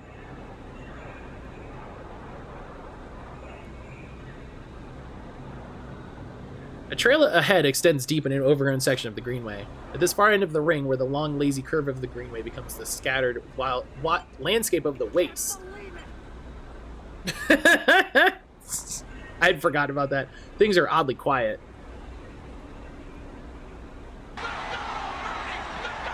I'd literally forgot about that sound. I need to re-record that. It's so quiet. Oh, okay, my boy. My kitten. Ahead stands a vast farm stack, broken from its axis by rust or force, and lying amongst the overgrown landscape like an ancient temple. It's stained with moss and algae, flows of green running from its broken tanks like a frozen, brackish tide. Do we get to see the boy? I was just figuring out. I'll take a picture. He's laying in my lap, so there's no way for me to show you. But, hi, sir. I'll put the picture in the Discord.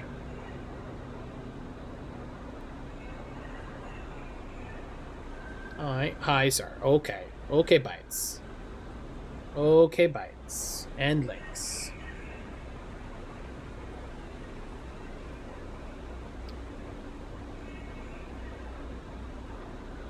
Yeah.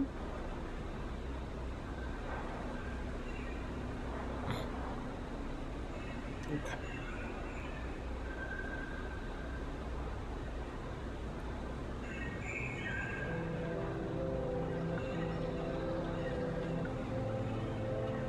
Hi. Okay. There we go. petting him with my one hand and then playing with the other. This is the benefit of mouse and keyboard, is if you have a game that's only usable by mice, you can pet your cat with your other hand. This is where Ashen is hiding, you're pretty sure. All your intuition points to the shadows beneath this collapsed superstructure. You roll the comm headset Ankita gave you in your palm. Slip the headset into your ear and it fizzes with static. After a few moments you hear Ankita. Sleeper, have you located the target? A doubt enters your mind. Can you be sure he's here? No. Hold. A few silence on the other end. Perhaps it's better you confirm Ashen's here before you call in Ankita. Put the headset back in your pocket.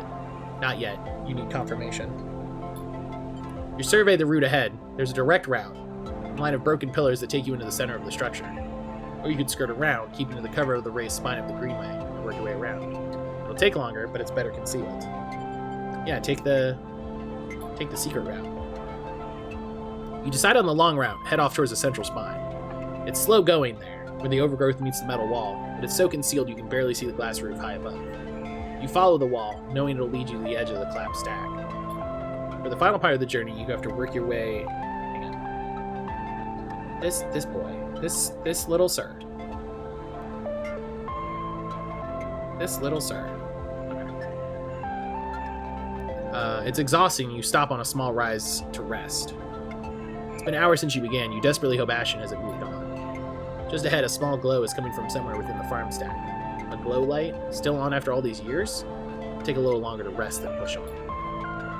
You follow the faint glow of the stack. You find a broken tank and step through the opening, trying to avoid the broken glass that sits among the moss and algae. You work your way up the slanted tack, carefully, quietly. Somewhere water drips. You swear you hear birdsong. Hanging plants catch the light, coating the place in a pale and sickly green. As you reach the end of the tank, you hear something, an echoing hiss like a hydraulic piston. You quickly move up to where the tank opens in a central drum, and look over the edge. The vast drum is like a cistern, with plants growing on all sides, and wet mossy islands at its base. It's beautiful, and for a moment you can't see anything but tones of green. Then you see the sleeper. In a faint circle of light descending down through the drum, the sleeper lies slumped at an odd angle. They're surrounded by crates, and beside them on one of the mossy islands there's an object. A cylinder set on a target. It's connected to the sleeper's head.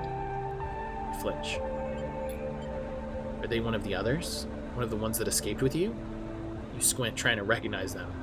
They're twisted, broken open. Wrong. You look away. Push yourself to the edge, then awkwardly drop onto the mossy islands. It's further than you think, and you fall flat into the soft green. You smell heavy in your nostrils. You make your way towards the sleeper, slowly, carefully, soft moss covering your footsteps. Oh! Before you've gone even two steps, the first shot rings out. It passes so close you feel the ripples of air radiate from it. You drop to the ground as the sound echoes around the drum, blanketing out all noise. A voice calls out, "That's close enough! The next one will end you!" Ashen, you assume, is somewhere in the walls of the tanks on the opposite side. "What did you do to them?" "I'm saving them. Their body is dead, but with the ship mind..." He pauses. "Look, this is none of your business, so I'd appreciate it if you just went on your way. I'm gonna start counting soon, just so you know I'm serious." A pause. "I don't want to kill you." That moment you hear a sound, a soft hiss like a hydraulic piston. You turn and there's Ankita slipping in the drum behind you. Of course, she's tracking the headset. You suddenly feel stupid, tricked. She meets your eye and shakes her head. The gunshot breaks the silence, blanking out all noise. It hits Ankita's shoulder piece, the ceramic armor cracking but holding as she braces into the impact. Then she launches herself forward, the now activated armor launching her across the drum. Another shot goes wide before she reaches the cover of the crates beside the sleeper. Shit! You hear the shout from one of the tanks high on the far wall. Ankita reaches over and wraps a hand around the thick connection between the ship mine and the sleeper. What is she doing? "You better come down here, I'll rip this right out of their head!" She screams at the wall of tanks. You shiver at the suggestion. "Ankita, stop!" Ankita flinches, but she doesn't take her eyes from Ashen. "Quiet, sleeper!" Ankita shouts. A shot rips through the moss beside you, filling your vision with green. Shooter must be somewhere on the other side of the tank. "Do that again, I swear to God I'll tear their head off!" Ankita shouts to them. "Sleeper, you stay down!" There's a long pause. All you hear is the dripping of the water running down the walls of the drum. Then Ashen calls out. I'm coming down, Ankita. Don't do anything stupid, for God's sake. He appears at the far side of the drum, stepping through the shallow water, rifle raised above his head. Drop the gun, Ankita shouts. He throws it down onto the moss. As you lean out to watch, you see him catch your eye, clocking your presence. What are you doing here, Ashton, you sicko? She stands, keeping her sidearm trained on his head. You ripped my ship mine for what? Some freakish experiment? Ashton approaches with shaky hands, his eyes now fixed on the connecting bundle of wires that Ankita still has hold of. Steady, Ankita, it isn't like that. I needed the ship mine, you have to understand. They would have died without it. What are you talking about? I don't give a shit why you ripped my ship mine and crippled my ship. I should put you down right now. She tightens her grip on the connection. Typical of you, Ankita, no curiosity. Ashton smiles shakily. That's why I never asked for it, for your help. You only look after yourself. He nods at you. That sleeper up there, they're just bait, right? To draw me out? Ankita sucks a breath in. Are you gonna give me more reasons to shoot you? I love them, Ankita. Ashton looks at the crumpled sleeper. I love them and they were going to die. I knew you would never understand that. He starts closing the gap between himself and Ankita, now slowly inching forward. Don't do that, Ashton. Ankita snarls. Don't do that. Let the wires go, Ankita. Let us go. If you don't get out of my way, he inches closer. Please. I can't let you take it, Ashton. Ankita hardens her stare. You stole it from me. Left me for dead. She shakes her head. You think I'm going to trust you after all that? I need it, Ankita. I need them to survive. Ashton's in reach of the sleeper now with Ankita. I'm going to take them now, Ankita. He raises a hand. I'm going to take the ship mine and go. I just now realized his art is him cradling the sleeper connected to the ship mine. My brain just processed out what that is. Ankita loosens her grip on the connection a little. Her hand is shaking now. Stop, Ashton. She lowers the gun a little. Stop. Seeing her drop her guard, he makes his move. A blur of movement, a struggle, a shot, another.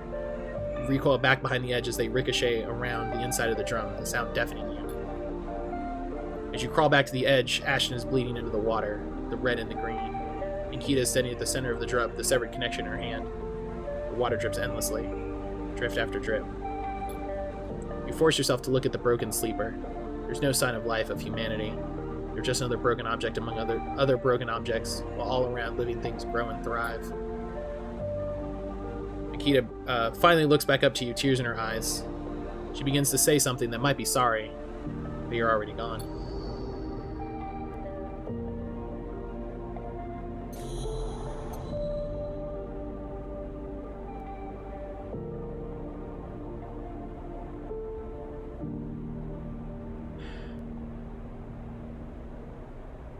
I wonder how different that would have been if I hadn't contacted her. If I hadn't said anything. How do you feel? Mad?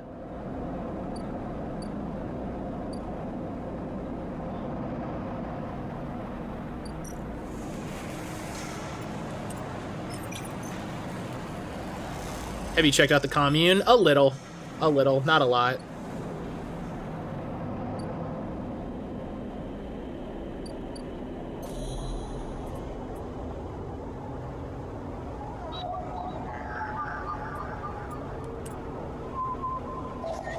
Angry is a reasonable feeling.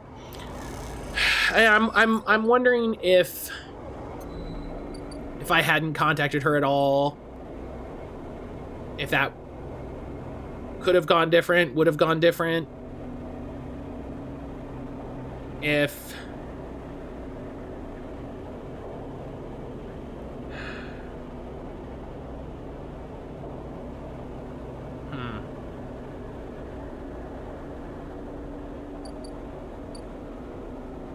I don't know what she was trying to get out of that. I don't understand what Ankita's expectation was.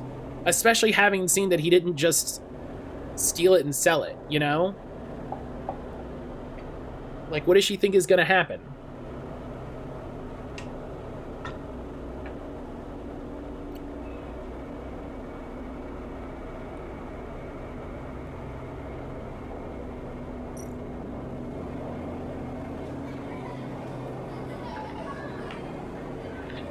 Oh man, I didn't realize. Oh. I didn't realize that he was offering me a ship mind if I gave him 5 Havenage protocols. Or a vial of stabilizer if I gave him Yadigan protocols. Or committing even more to sunk cost fallacy because people aren't always rational. It's frustrating, all of the work that I did to help her. After everything I sacrificed to get her that ship mine, despite everything, despite I could have just, you know, written it off. Ugh.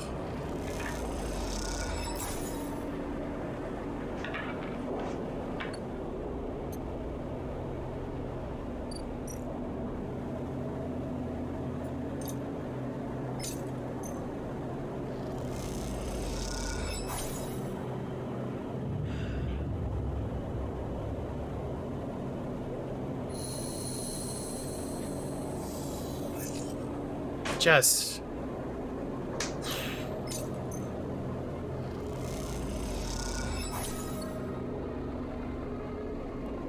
I wonder if she's gonna pop back up.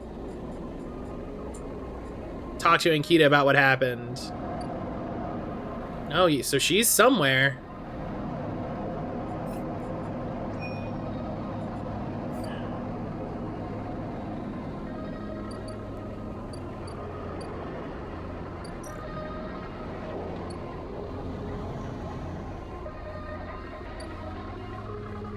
Yep, there she is. Ankita's dock here, but she's sealed up. A note says, "Sleepers stay, I'll be ready soon." So 2 cycles. Casper. Casper, what are you doing, my boy?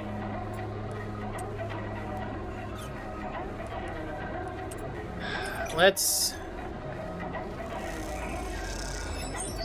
work to clear this up.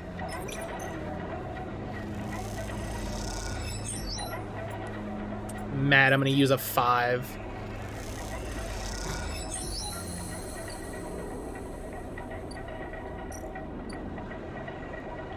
Germinate spores. The rich growth of the aviaries create a rich medium where you can place the spores from the groves. So, if I get grove spores...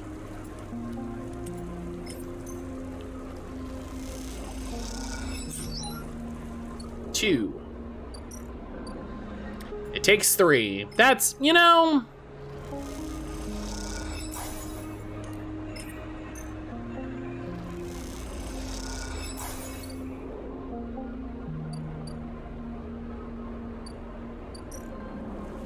Did I miss a cameo from the boy? No, he did not. He didn't pop up on stream because he was laying on my lap. But I did put a picture of him in the Discord.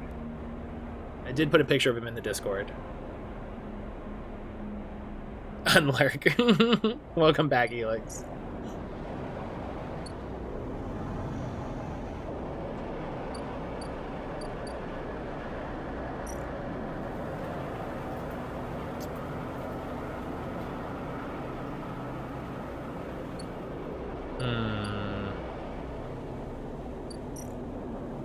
Gosh, I'm just mad at her. I'm just...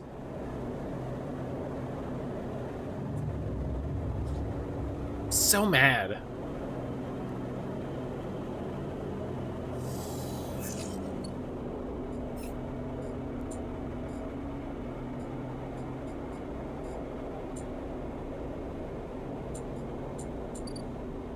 Let's go.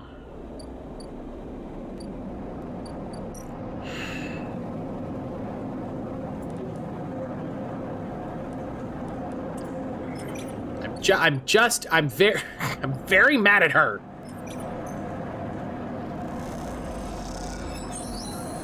All right.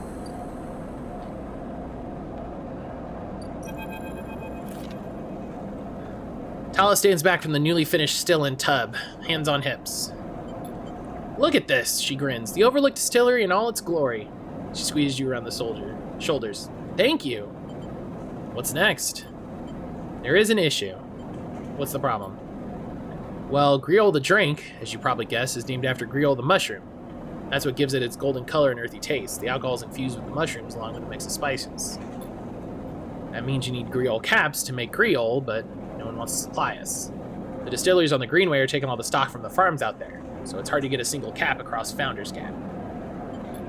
However, I have an idea. We can grow our own Griol caps here. She gestures an increase in the equipment-filled back room. I can bring you mushrooms. Tala gives you a pitying look. Where's your vision? Any outside supplier means they take a cut. Okay, maybe not you, but somewhere takes a cut. Tala puts her hands on the still. We made a still. We set all this up. How hard can growing mushrooms be? They don't need light. They barely need soil. We can do this. She pauses. Or we could, if we had something to grow them from. Like spores? Exactly. Suddenly you feel like you've walked into a trap. And you are the perfect person to give me those spores. She nods rapidly. Think about it. You built the still. You're great with plants. You know the guy like the back of your hand. Need I go on? Half of that isn't even true. Don't be so modest. She pats your shoulder. Look, I can't leave the bar. And the other people picking up shifts? She grimaces. I'm saying it has to be you. Fine. Wonderful. You'll love it over on the Greenway, I think. All that fresh air, open space. She sees your expression. Okay, I'm done. She turns back to look at the still and the fledgling distillery forming around it. Really is something, though, isn't it? And want to or not, you really have to agree. Neat. So now we need 3 spores for this. Oh, my goodness gracious. Everybody needs everything, huh? Everybody needs everything. You think, like, oh, you know, I'll get this thing done, and it'll be great. And no. More people need more things. Just every day, everybody coming to me, needing things. What about me? What about my needs? What about my wants?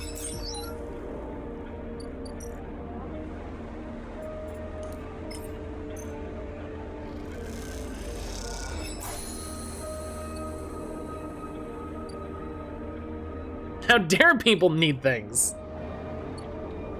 Listen. My body is decaying. How are y'all? Everybody's like, listen, our body's decaying too. Yeah, but it's more acute for me. It's more directly actionable for me.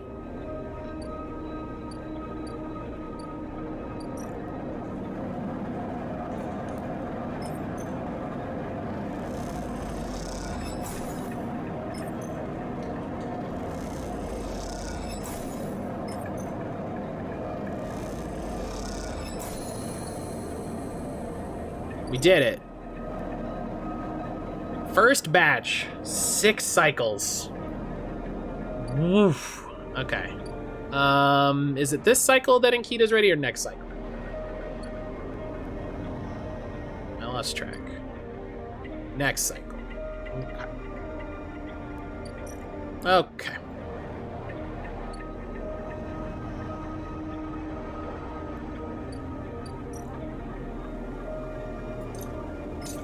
Feed my kitty cat.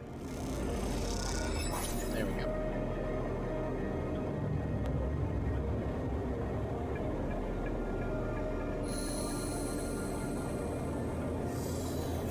I imagine the cat is like a secret clock. Okay. So that's ticking. The other one is ticking. Let's go fucking... This one takes 4.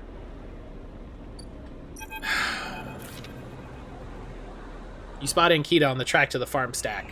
She has a box on her shoulder and is working her way down the slope. She sees you as she approaches. Neither of you speak for a moment. She looks tired, pale. Her hair is tangled in clumps of dirt cling to her armor. You both eye each other. Sleeper. She takes a deep breath. I'm sorry for what happened. Truly I am. She looks down. Sorry you ended up in the middle of this when all you've shown me is kindness. She rubs her face. I'm sorry. for that sleeper, and she stares at the floor. I'm sorry. She looks up in a way not meeting your eye.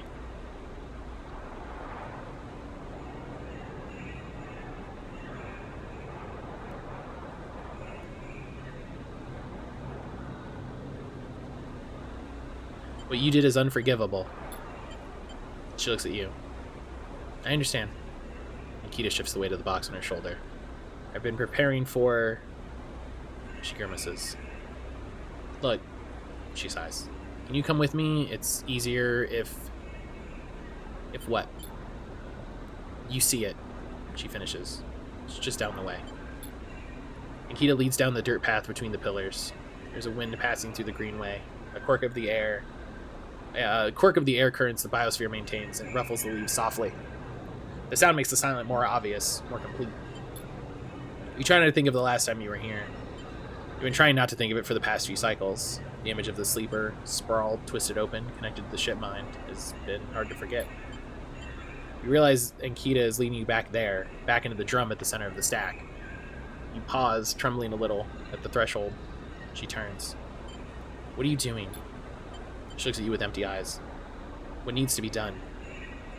You stand on the threshold and look up at the tanks, green and wet, some glowing with flickering glow lamps. You look down at Ankita, suddenly so small under this hulking ruin. As small as she's ever looked. She places the box down. Follow her in. You follow Ankita into the stack through a low tank, entering the drum at ground level. It's just as beautiful as you remember, but it barely touches you.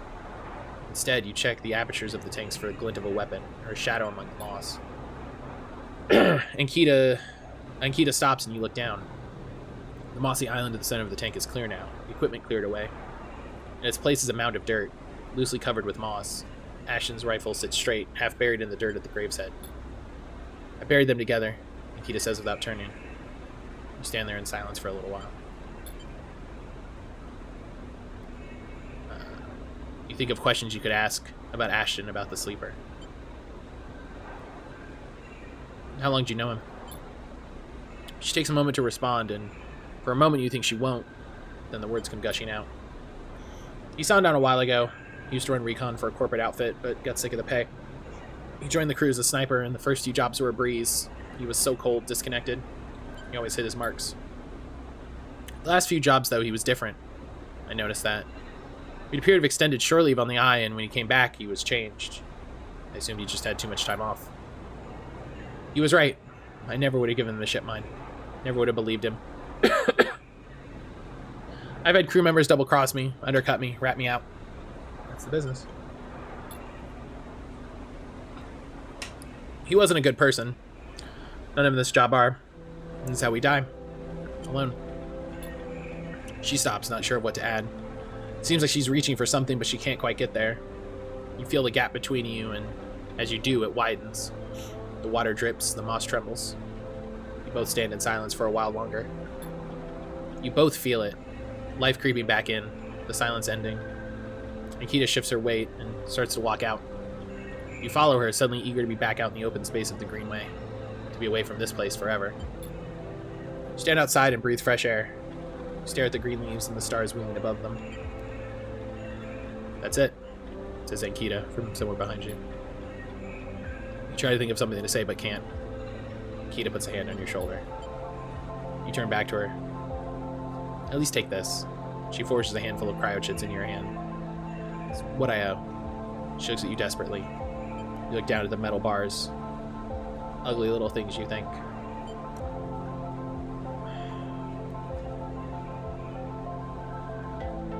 If I didn't 100% think I would need money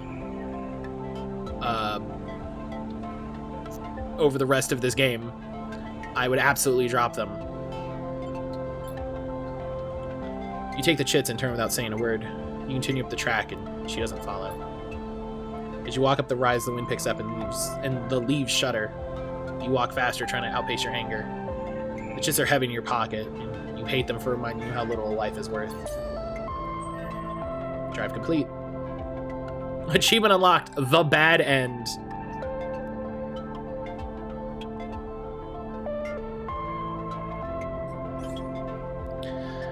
Woo!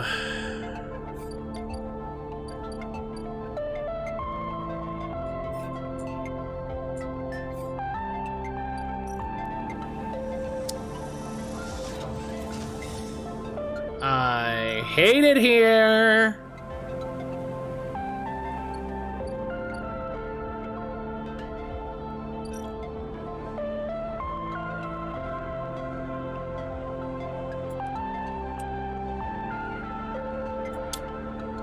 Engage has the chance to give me energy, so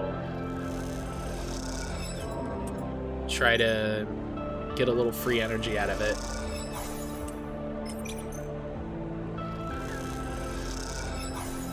Okay, neat. I'll take that.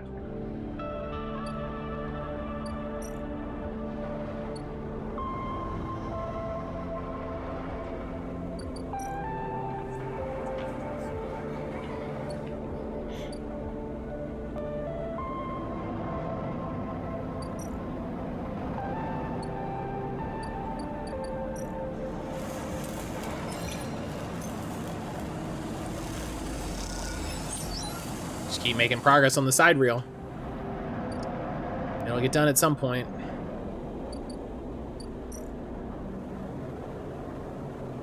You don't need the stabilizer yet. Try to hold out as much as I can. It's definitely one of the major balances of this game, though.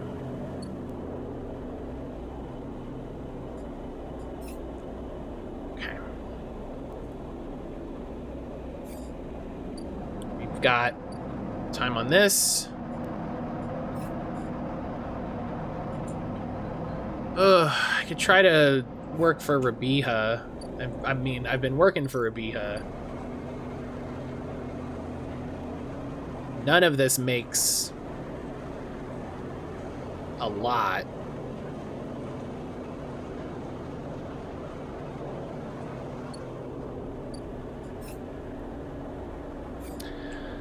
You know what? I'll you know, this is what I'll do to feel better about all that.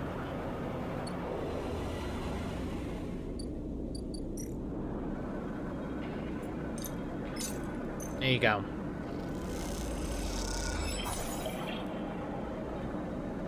Partnered with Bliss.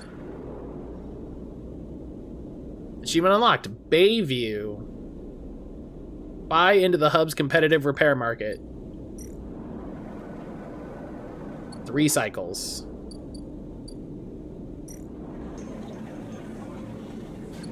Oh, I can buy a meal there. I forgot.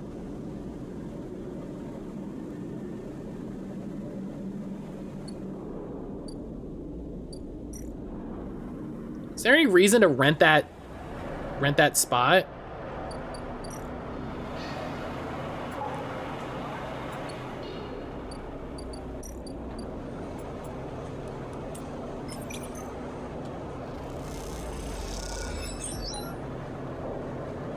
You want an answer? Here's how I will phrase the question. I would like an answer, but here's how I will phrase the question. Does renting that capsule provide any benefit, either mechanical or narrative, that I wouldn't have otherwise? Like, do I gain anything for having rented that capsule?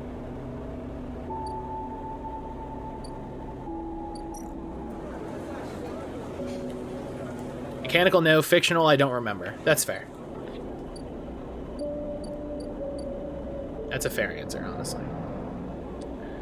There was something safe I could do that I'd like to do.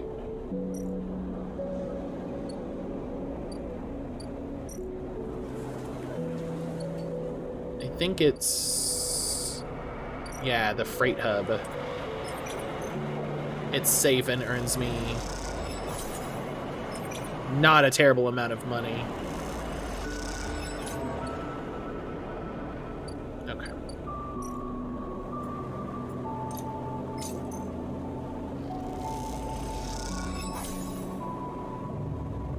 Okay. Got a couple cycles left before I gotta use my stabilizer.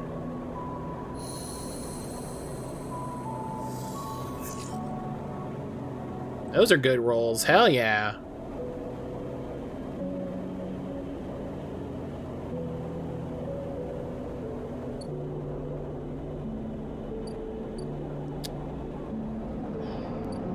So that's done. That's halfway done. You're back.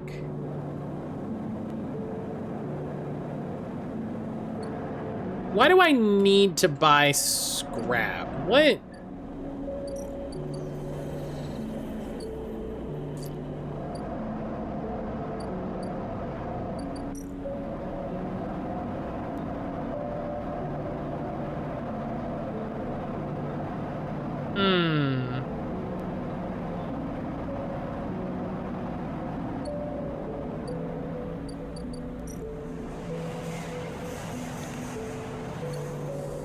Oh. Okay, we've got a couple. God. There's just. We're at this fun moment where it's just like, yeah. Nothing's happening.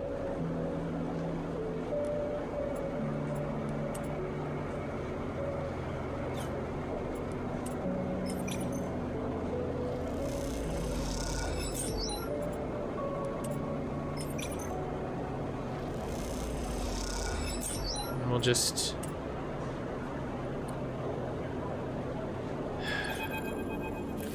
Oh! As you say your goodbyes to the other enforcers, you walk through the low end. A chirping catches your attention. In the quiet corridor away from the main thoroughfare, someone has stuck a small recorder to the wall with suit sealant tape. Written across the fluorescent tape is one word. Sleeper. You peel it away from the wall, and as you do, it triggers some kind of improvised trip switch. Sleeper, Sabine's voice crackles through. I've seen you with the Adigan members. Are they holding you captive now, too? A high whine. I'm sorry if I dragged you into this. Do not trust them. Something is happening within the gang. Some kind of power struggle. You cover the speaker a little, their voice too loud in the quiet corridor. I'll come soon. Thanks to your efforts, I've located most of their properties. At the right time... A pause. I'll see you soon. Don't give up. Remember our deal. The recording cuts out. You stare at the recorder, processing what you just heard. Hearing Sabine's voice again opens up something inside you. An S&ARP employee. Do they know that I know? You struggle with a mix of concern and distrust.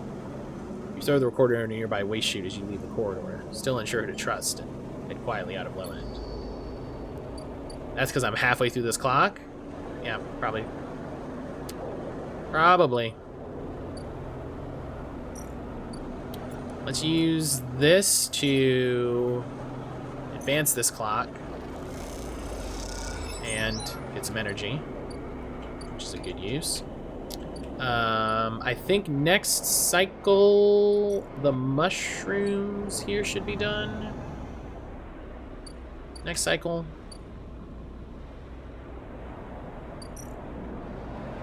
And Bliss still has 2 cycles. So.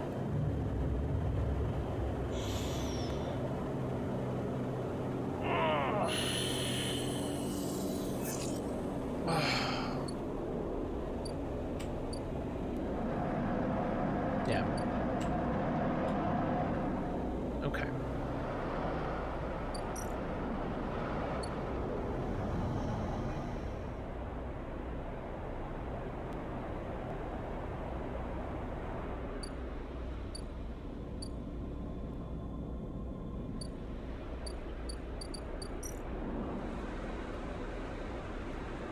So now I can harvest the mushrooms 3 times.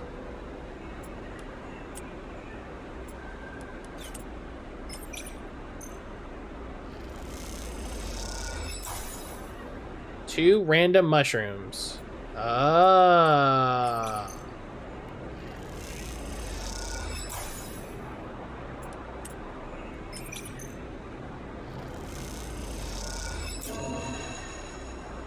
Okay, well, drive complete. Spore catcher.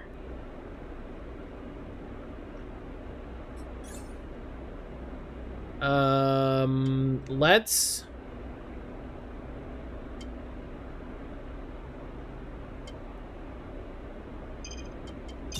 Let's pick up self-repair. I was saying, oh, what do I use scrap for? What if I gave myself a use for scrap? What if I gave myself a use for it?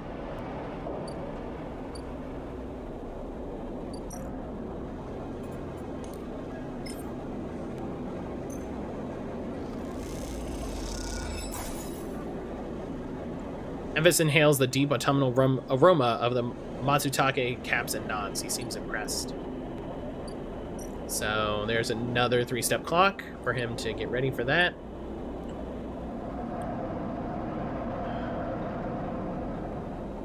So now, self-repair.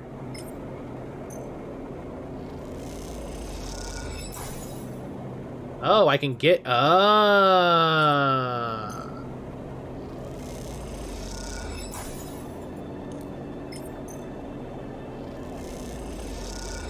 It's great, though. I can build myself into 4 dice. Okay. Okay. Okay. It gives me something to do with scrap. That's good. That's what I wanted. I was curious for something to do with scrap.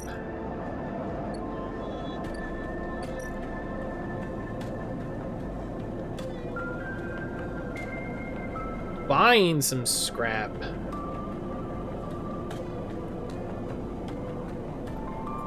You know, we're at a point. I'm gonna buy... Did I just get a ship mine part? I did. Holy cow.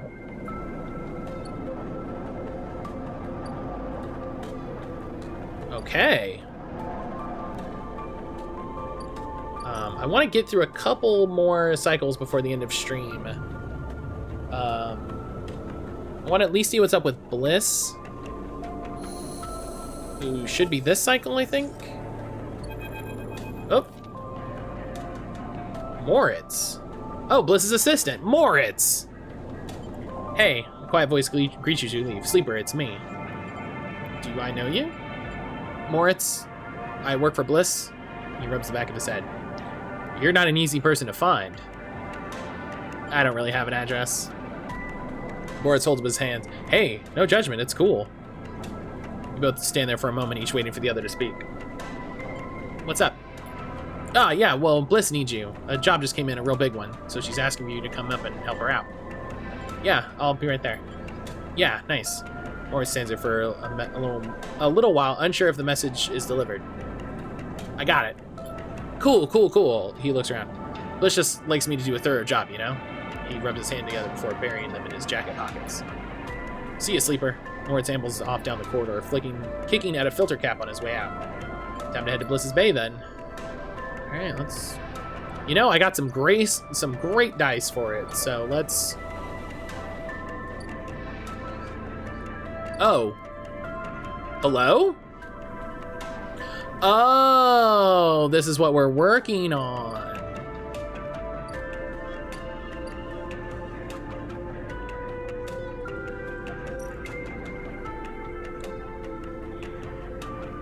So I have to seal the leaks before 3 cycles.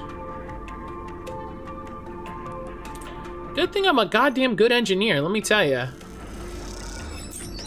What would you... Oh, I can only do that the once. Well.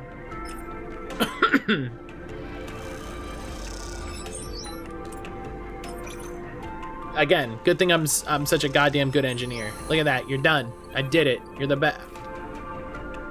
As you both wait in the airlock for it to cycle back to the bay, Bliss thumps you on the arm. Nicely done, Sleeper. We cleared that contract, no problem. She stretches. Once we're back in the bay, we can check if the payments come through and divide it up. She stretches. Feels good. Airlock clunks and the lights flicker, and a moment later you're back in the bay, where Moritz is at the rack trying to figure out where the mess of tools Bliss left in her wake should be hung. Hey, Moritz. Moritz looks over his shoulder. Sleeper? Spins a wrench in his hand. Look like clean work out there. He nods respectfully. You look over at Bliss, who's already gliding back to the management console. She twirls a little as she crosses the cavernous bay. No one you've ever met moves as well as Zero-G as she does. It's like she was born into it. I mean, she might have been. Shit. Bliss slams a fist in the console. Shit, shit, shit. Look at Moritz. Moritz raises his eyebrows but stays quiet. He doesn't want to get involved. Bliss calls you over. Look at this. Just look. She spins the terminal screen. You see the details for the bay's account. You see an entry for the Ember's Wake.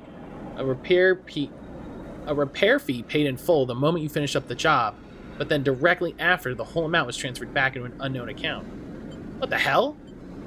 This is the work of my ex. She punches the terminal. He must have coded a backdoor into the machine before he left. She rubs her forehead. There's no way we can...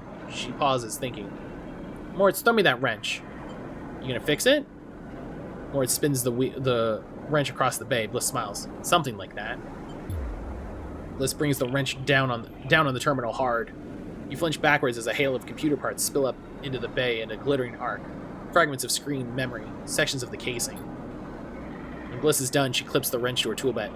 Try backdooring your way into that, you shit. Moritz drifts out from his hiding place amongst the racks. Bliss, he says tentatively, you want me to...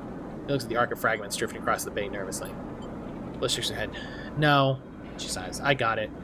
You'll get me a new terminal, cheap as you can find. Cobble one together from pieces of the order exchange if you have to. Can I help? Bliss glides over to the panel by the wall. Don't worry, one of the first things I had installed when we spec'd out this place was the cleaning suite. She flicks over a plastic cover on a huge red button. Watch yourself. She hammers the button, and a row of laser emitters unfold from the bay wall. They start crawling their way across the work area, frying the debris as they do in pulses of burning light. Bliss smiles. It's that or just space the whole bay every few cycles. What now? Bliss sighs. We keep at it. The cleaning bay buzzes and crackles as it works its way across the bay. That account wasn't everything. I'm not that stupid. Once Moritz gets back, I'll secure it and flush everything else. She flicks a nearby piece of debris into the pass-through suite. Clean break. Then we take another contract. That's it. She shuts off the sweep as it nears the end of the bay. I'm in. You better be, Bliss laughs. There's no way you're getting your investment back unless you are. She rubs her forehead. I'm sorry, Sleeper. I know you worked for this too. Next time won't be the same. Better not be. She looks away. See you in a few cycles. Moritz will let you know. She kicks off the bay to finish cleaning things up. Well, that was great. Good. Good. Great. Thank you. Just spend...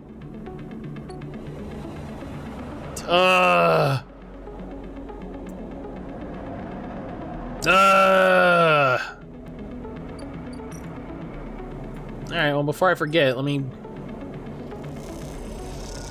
repair myself up into 4 dice, which is very powerful, if I'm honest. I like being able to do that. I'm gonna buy another, well, hopefully scrap, maybe ship mine piece, but yes, scrap. Because that discount's pretty solid.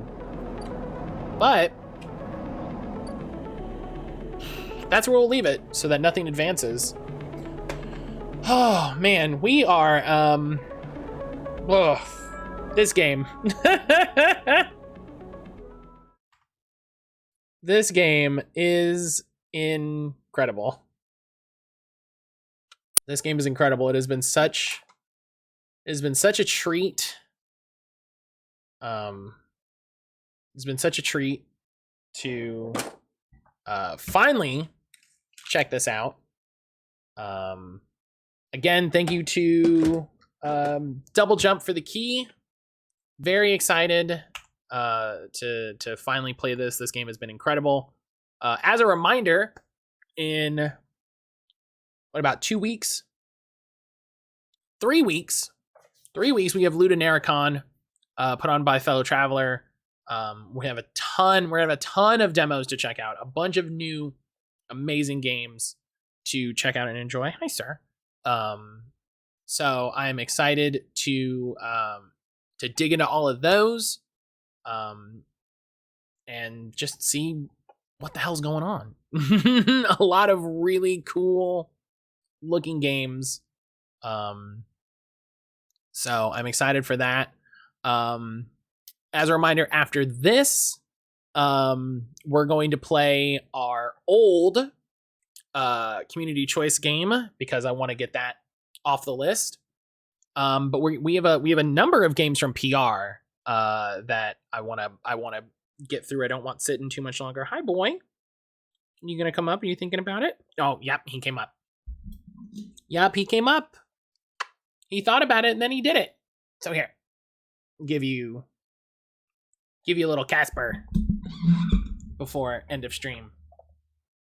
Yeah, no, it's fine. Just step wherever you want. It's not incredibly uncomfortable. Here, there's the boy.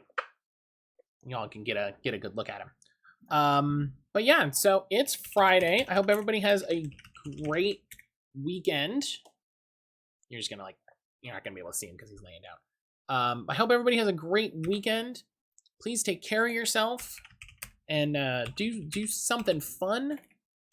Do something fun for yourself. We've got Pokemon Go Community Day tomorrow, which I'm very excited about. Very happy to go out and get some fresh air, spend some time out in the sun, and just get out of the house a little bit. And Monday we'll do more Citizen Sleeper. Honestly, we'll play Citizen Sleeper till we're finished with it.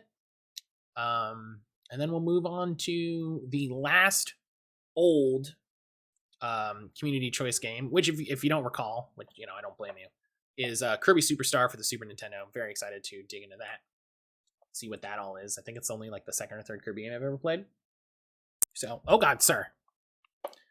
He almost fell because he's being a butt. We're gonna raid Cafe. Cafe is playing Animal Crossing. She's playing New Horizons. Cafe is great. Listen, we all love Cafe. They've also started doing Stream Raiders. So if you're here hanging out for Stream Raiders, Cafe has also started doing Stream Raiders. So you can hang out and do Stream Raiders with them as well. Yeah. So until Monday, take care of yourself. Come hang out in Discord. You can see pictures of my cat and pictures of Josie and all that stuff. But until Monday, I love and appreciate y'all. Thank y'all for hanging out. Take care of yourself.